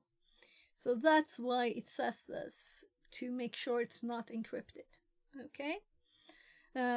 X uses simple authentication instead of SSL. Anonymous bind in this case. LLL outputs results in a cleaner format. LDIF without comments or version information. SBase performs a base search, querying only the root DSE, the directory server entry point. B, end quotes, sets the search database to the root DSE empty base DN. This command queries LDAP server's root DSE and lists the SSL authentication mechanisms it supports. Yeah, and the room, Track Me Room, this is why I gave it the thumbs down, because it doesn't explain what it's doing. It just says do this to confirm that it is running. It doesn't say anything more, you know. This is all the information there is. We can verify that our row server configuration has been applied using the following command, and says it we might not get any response on Kali. And it doesn't say what this means, it doesn't say what anything means. And it would have been very short to explain it, right?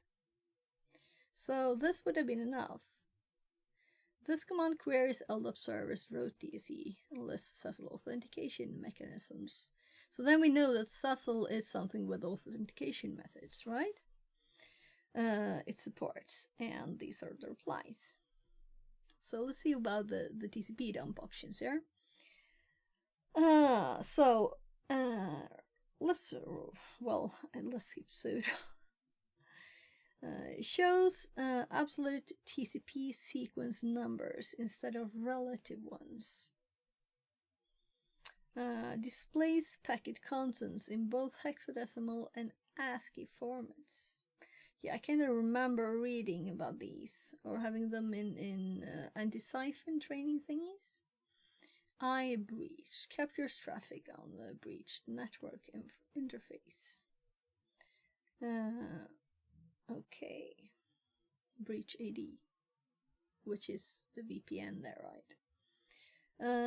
TCP port filters traffic to only capture TCP packets on port. Yeah, this was logical, right? It's the main thing in here. but I did not know that it was called, the interface was called BFJD. So I was thinking, what is this, a file name that they want to output to? But this doesn't seem like that with I. So now we know it's an interface I. And this is for hexadecimal. This is absolute sequence numbers. Yeah, so we'll see what the response or the results are, right? From it. So when you're doing a learning room on TryHackMe, you shouldn't have to Google what things mean. It should be there in the room. And also the old thing, right? It's not updated. So I already wrote the whole command, but we can as well copy it from here now. Copy the right line. That's what happens when I not Control-C, but Control-Shift-C in my browser. Listening on BreachAD, and here we kind of find out that this is actually the interface name, right? Verbose output suppressed for full protocol decode. So let's click the test settings, and I'm actually gonna scroll up and check the timeout thingy. So I cannot extend it until it is in 40 minutes. We can extend it.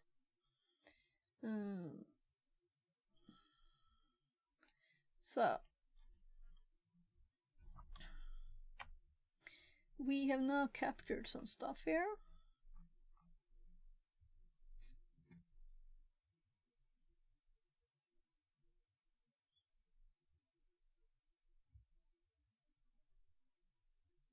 So here we can see these things it sent before. Object class, supported SASL mechanisms. Then it says login plain.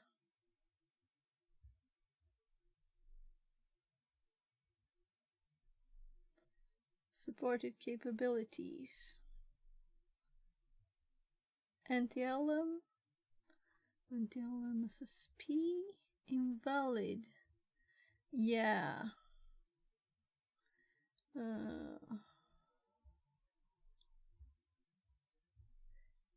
CA TryHackMe CAM SSC LDAP TryHackMe LDAP PAS1 at, and then a valid thingy again, because it kind of said here, right? Invalid syntax. And this is all it has. So let's compare to their results here. Login. Yeah, so it looks very similar. Password 11. Oh, it's at the very end there.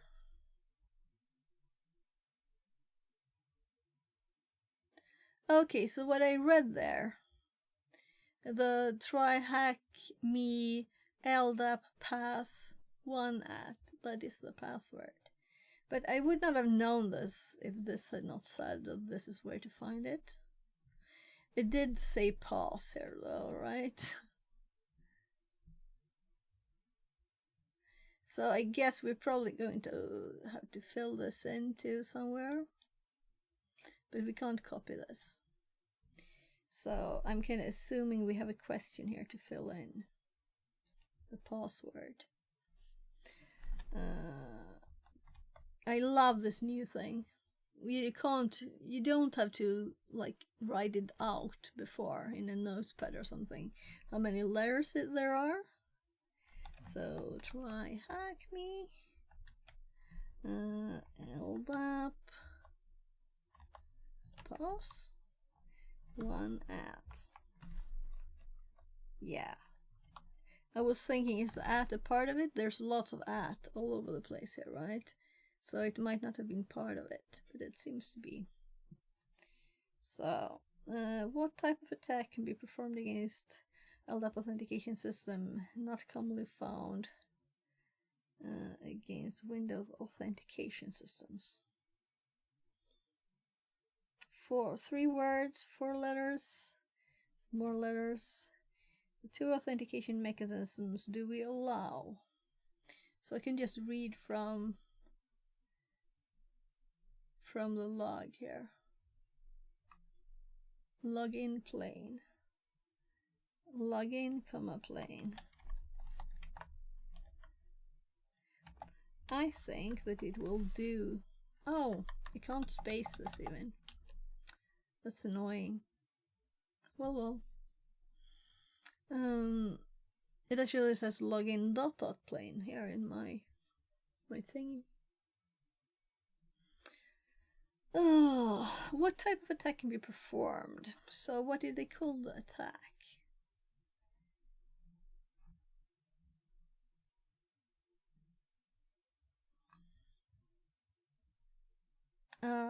LDAP passback, I guess.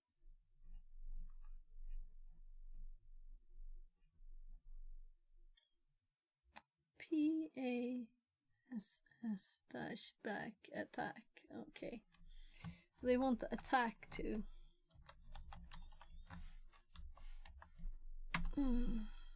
So.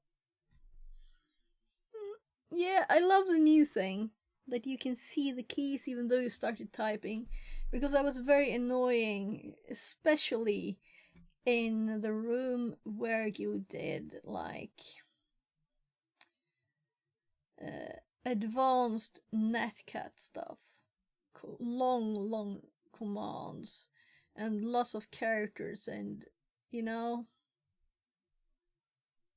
I guess for me it would be filled in now if I go there anyway, but it was real long and annoying. Let's read the last bit. The password for your service will be different. You might have to press the test settings button a couple of times before the TCP dump will return data, since we are performing the attack over VPN connection. And now we have another set of valid AD credentials by using the LDAP passback attack. And here it says again, right? So if I read this, I didn't have to scroll up. And downgrading the supported authentication mechanism, we could intercept the credentials in clear text. So this was a very messy way to do this. So I'm kind of assuming that we could do this like in 1 second with the responder. Am I right? But let's make notes on this anyway before we continue, because it is something that could be useful. So instead of having a breaching AD here, we're going to have a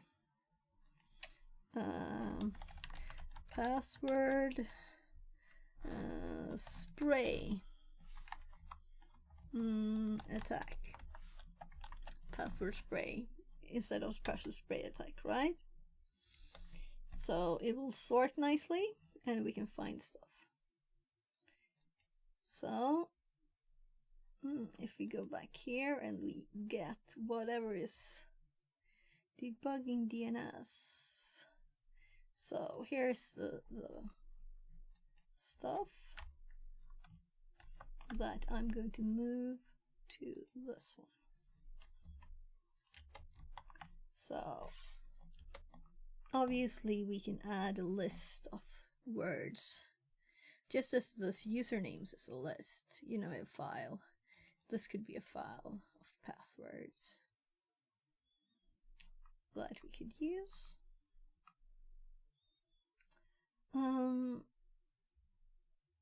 So the next one will be also attack then, right?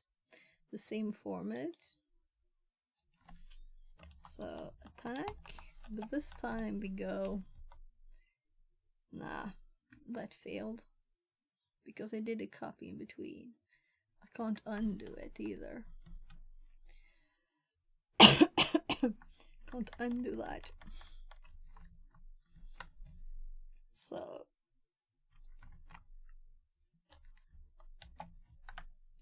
So there we have it. LDAP passback attack. Let's make it a little prettier. Yeah, I was thinking, should I put attack in the password spray one too?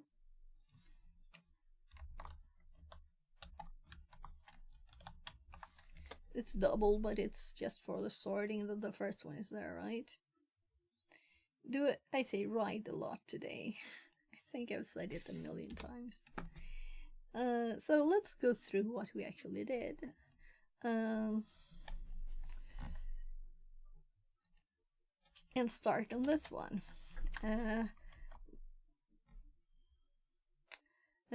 We found we have a list of possible usernames and a possible password from OSINT there, and here we have a thank you for the follow. Fixerbot says, New follower Teddington UK. Less than 3. Print server where we can set the LDAP server to us, to our IP. And then that's what we're going from, and then we're going to like just paste some stuff.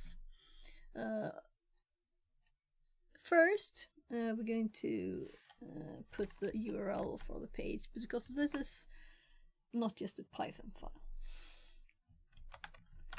So let's so we have the source of the information there. If we want to get more information, we can just simply do it, and we could abort this one too. I guess I'll just maybe not. Let's start at the top. So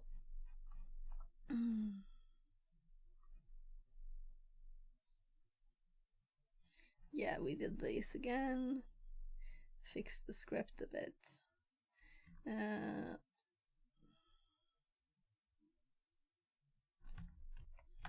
So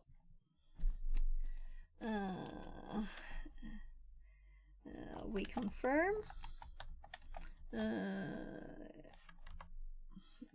that we get the connection, and this is just the netcut. We can get rid of that. So, and after that, we run.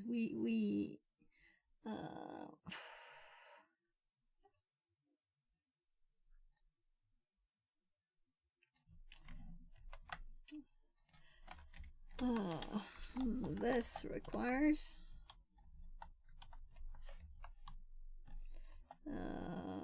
SL APD and LDAP utils to be installed.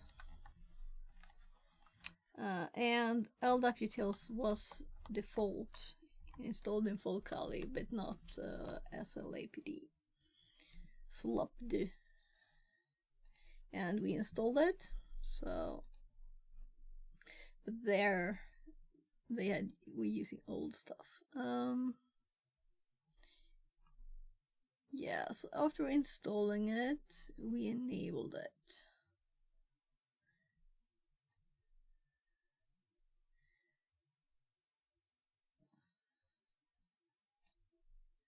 I'm thinking we can get more of them at the same time here. So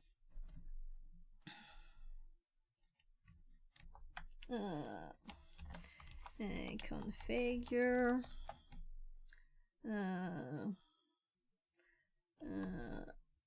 SLAPD to be unsecure.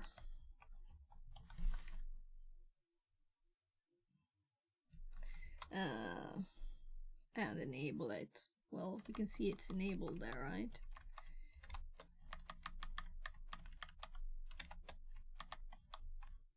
So there's more, right? Yeah, the contents of the file. We can grab that. Because the last thing I saw there was a nano. I did it again. Control Shift C in Windows. All right.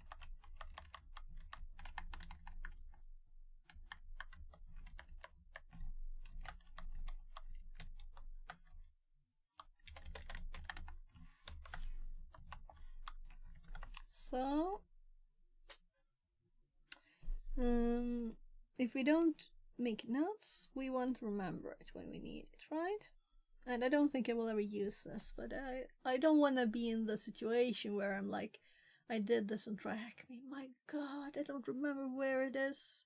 Where did that thing? I know, I kind of remember it, but you know, not like that never happened, you know. So that's why we want this. So here's the command to configure it. Restart. I misspelled the command then, so we're not gonna copy that.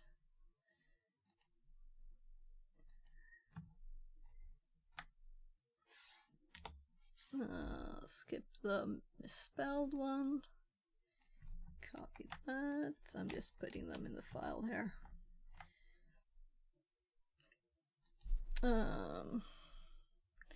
And then let's grab the last one of these.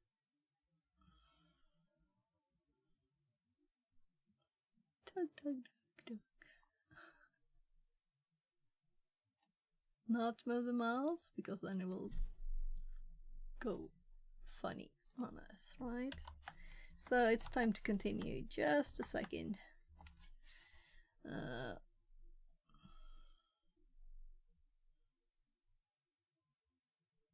So here,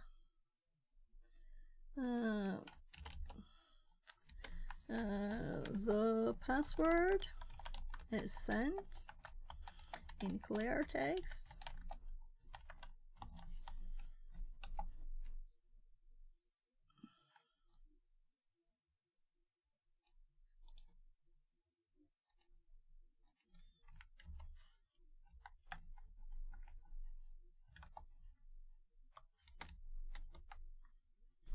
And let's just copy these bits.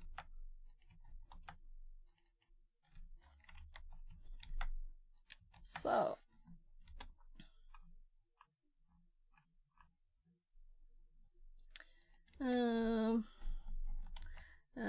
let's listen, and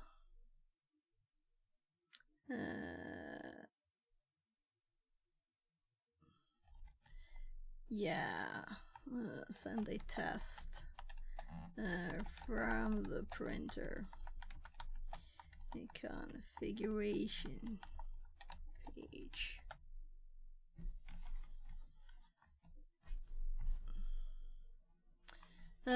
I'm thinking this requires actually that we make a screenshot of the printer configuration page too.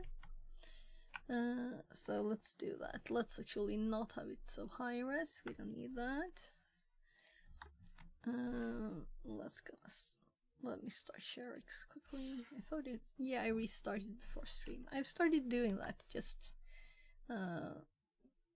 Oh. So.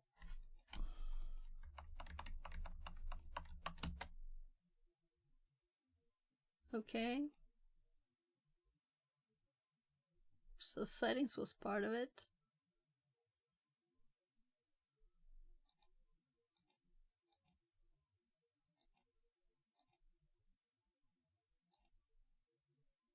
There.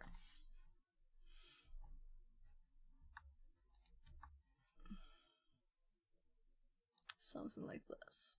That's what it looked like from the start. So we have a printer where we can set the LDAP server to our IP colon,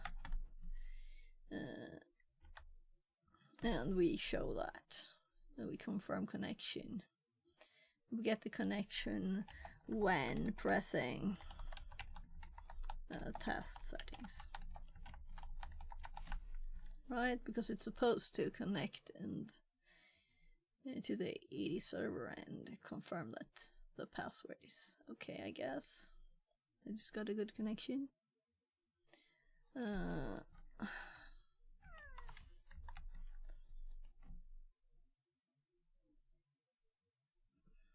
Well, let's get rid of these extra lines here.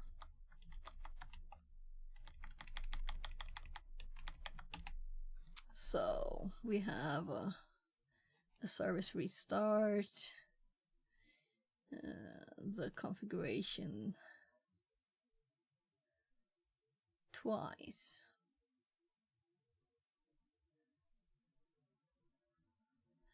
This is double. I pasted it twice, meaning I failed one copy here. This is supposed to be something else. So one of the copies failed. Let's go back to the notes. So it's up. It's this thing that's not in there. I don't know how I managed to not copy it.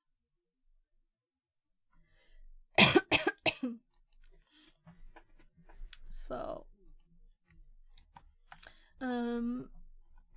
Opinion says. LinkedIn shenanigans, sorry, back now. You're allowed to leave. Opinion. You're allowed to. Was I too evil to your mom? I hope not. But I do get annoyed at people not respecting people with allergies, that it's like we choose to be allergic to something. Some people kind of feel like whatever, you know. I don't have to care about if you're allergic to something. Lol, she's fine. Great, great.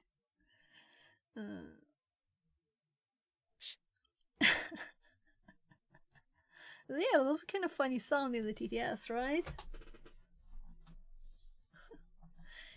So, I don't think I will ever do this because there are better ways, right? But let's have it documented and remember how we do it. And I'm quite sure we have all the steps. The thing is that we don't have this always, right? Oh, I can do a Nori if you really want. I'm actually going to go check on my kid before we start the next room. You can play with the TTS while I go check on my kid, okay? As long as you don't say anything not family friendly. This is a family friendly stream, you know? I'll be right back.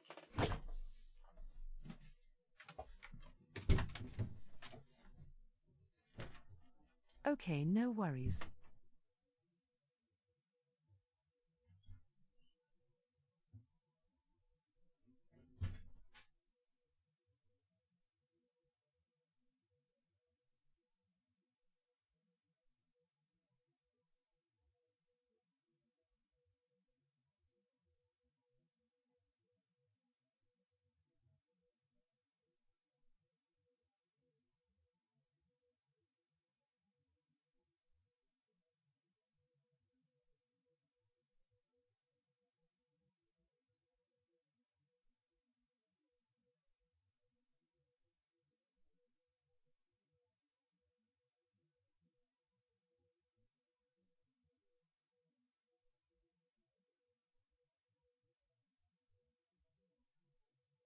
Twinkle twinkle little star, how I wonder what you are.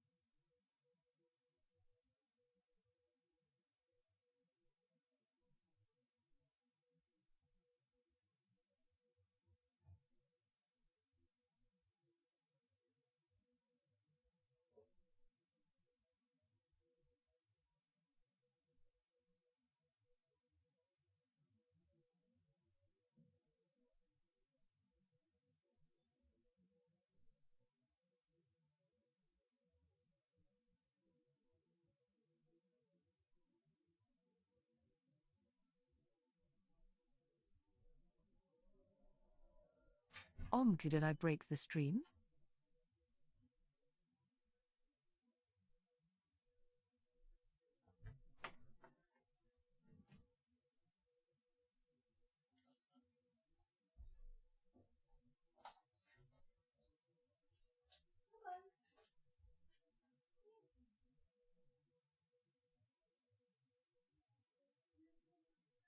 Teddington says. Working okay for me.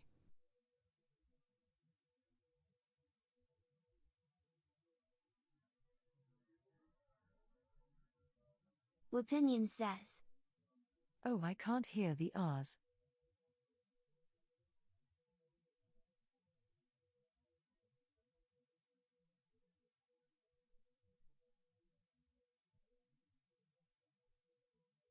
I think he filters it badly.